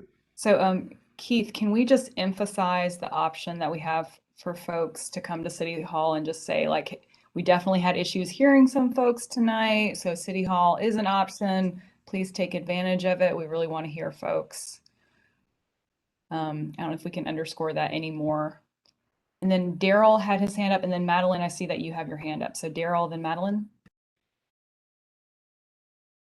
This is my question, right? My thing, I believe that if everybody's on TSPLOST and if they're here, I think it should be that they show their face so we can see who you are. Because a lot of people, I don't know who you are. And some of you be saying things, I don't know what you look like. I'd rather see your face. My face up here. I'm just asking for the suggestion that people show their face so I can see who you are. I don't like talking to a blank screen.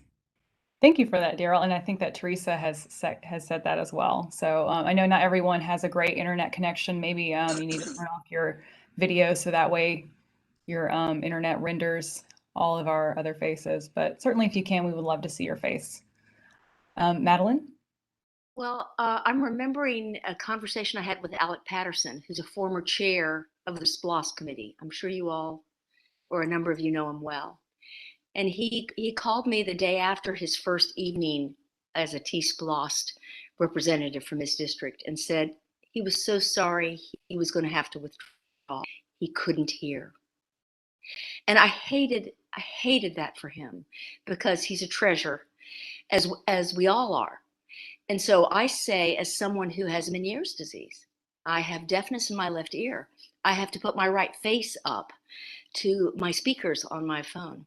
What I would suggest to the gentleman who just spoke previously, and everyone, including Fred, including Buck, including me, use your earbuds that have a microphone.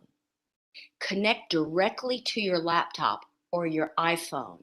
Every one of us, all the speakers and all the listeners, because then we will be able to have that crucial data delivered straight to our ears so that we can convert it into real thought. So I would really ask us all to look at functioning with earbuds. Be it the white, long wire views, or, the fashionable Apples. But I think that would go a long way to making it so that we can hear these pearls, and there are so many at the presentation and the Q&A level. This has been a stunning evening, and I can't thank you enough for it. But earbuds for the hard of hearing. Yeah. All right, so we have 3 meetings next week. So next week is one of our 2 really heavy weeks: Monday, Wednesday, and Thursday. So be there. Keith, Robert, any other announcements? No, I thought y'all did wonderful. I thought you all were very attentive. I know it's been a long evening, but y'all really, I thought, stayed with each one of them and gave them their opportunities, and I thank you. Amen. One more question from Rocky. Yeah, did you just mention Thursday next week? I thought the meetings were going to be Mondays and Wednesdays. There's a bonus day next week. Okay. Or more transportation projects for you. Yeah, so next week is one of our weeks where because we have 91 projects, we had to fit in 2 more days. And so we fit in a Thursday for next week and then a Tuesday, the final week of September. So that's the other week where we have 3. And actually either send out this afternoon or we'll do it first thing in the morning, that complete list of meeting dates and times that I had been showing on the screen, the spreadsheet. So she'll send that out if she hasn't already. Okay. Did I miss it previously then that there was a Thursday meeting? Depends on what meeting. We've talked about it at previous meetings. I think meeting before last, we talked about the need to add it. Okay. Both of those, that Tuesday and Thursday, we did talk about that in the meetings, but we didn't. I haven't sent out that spreadsheet yet. Okay, thanks. Bob?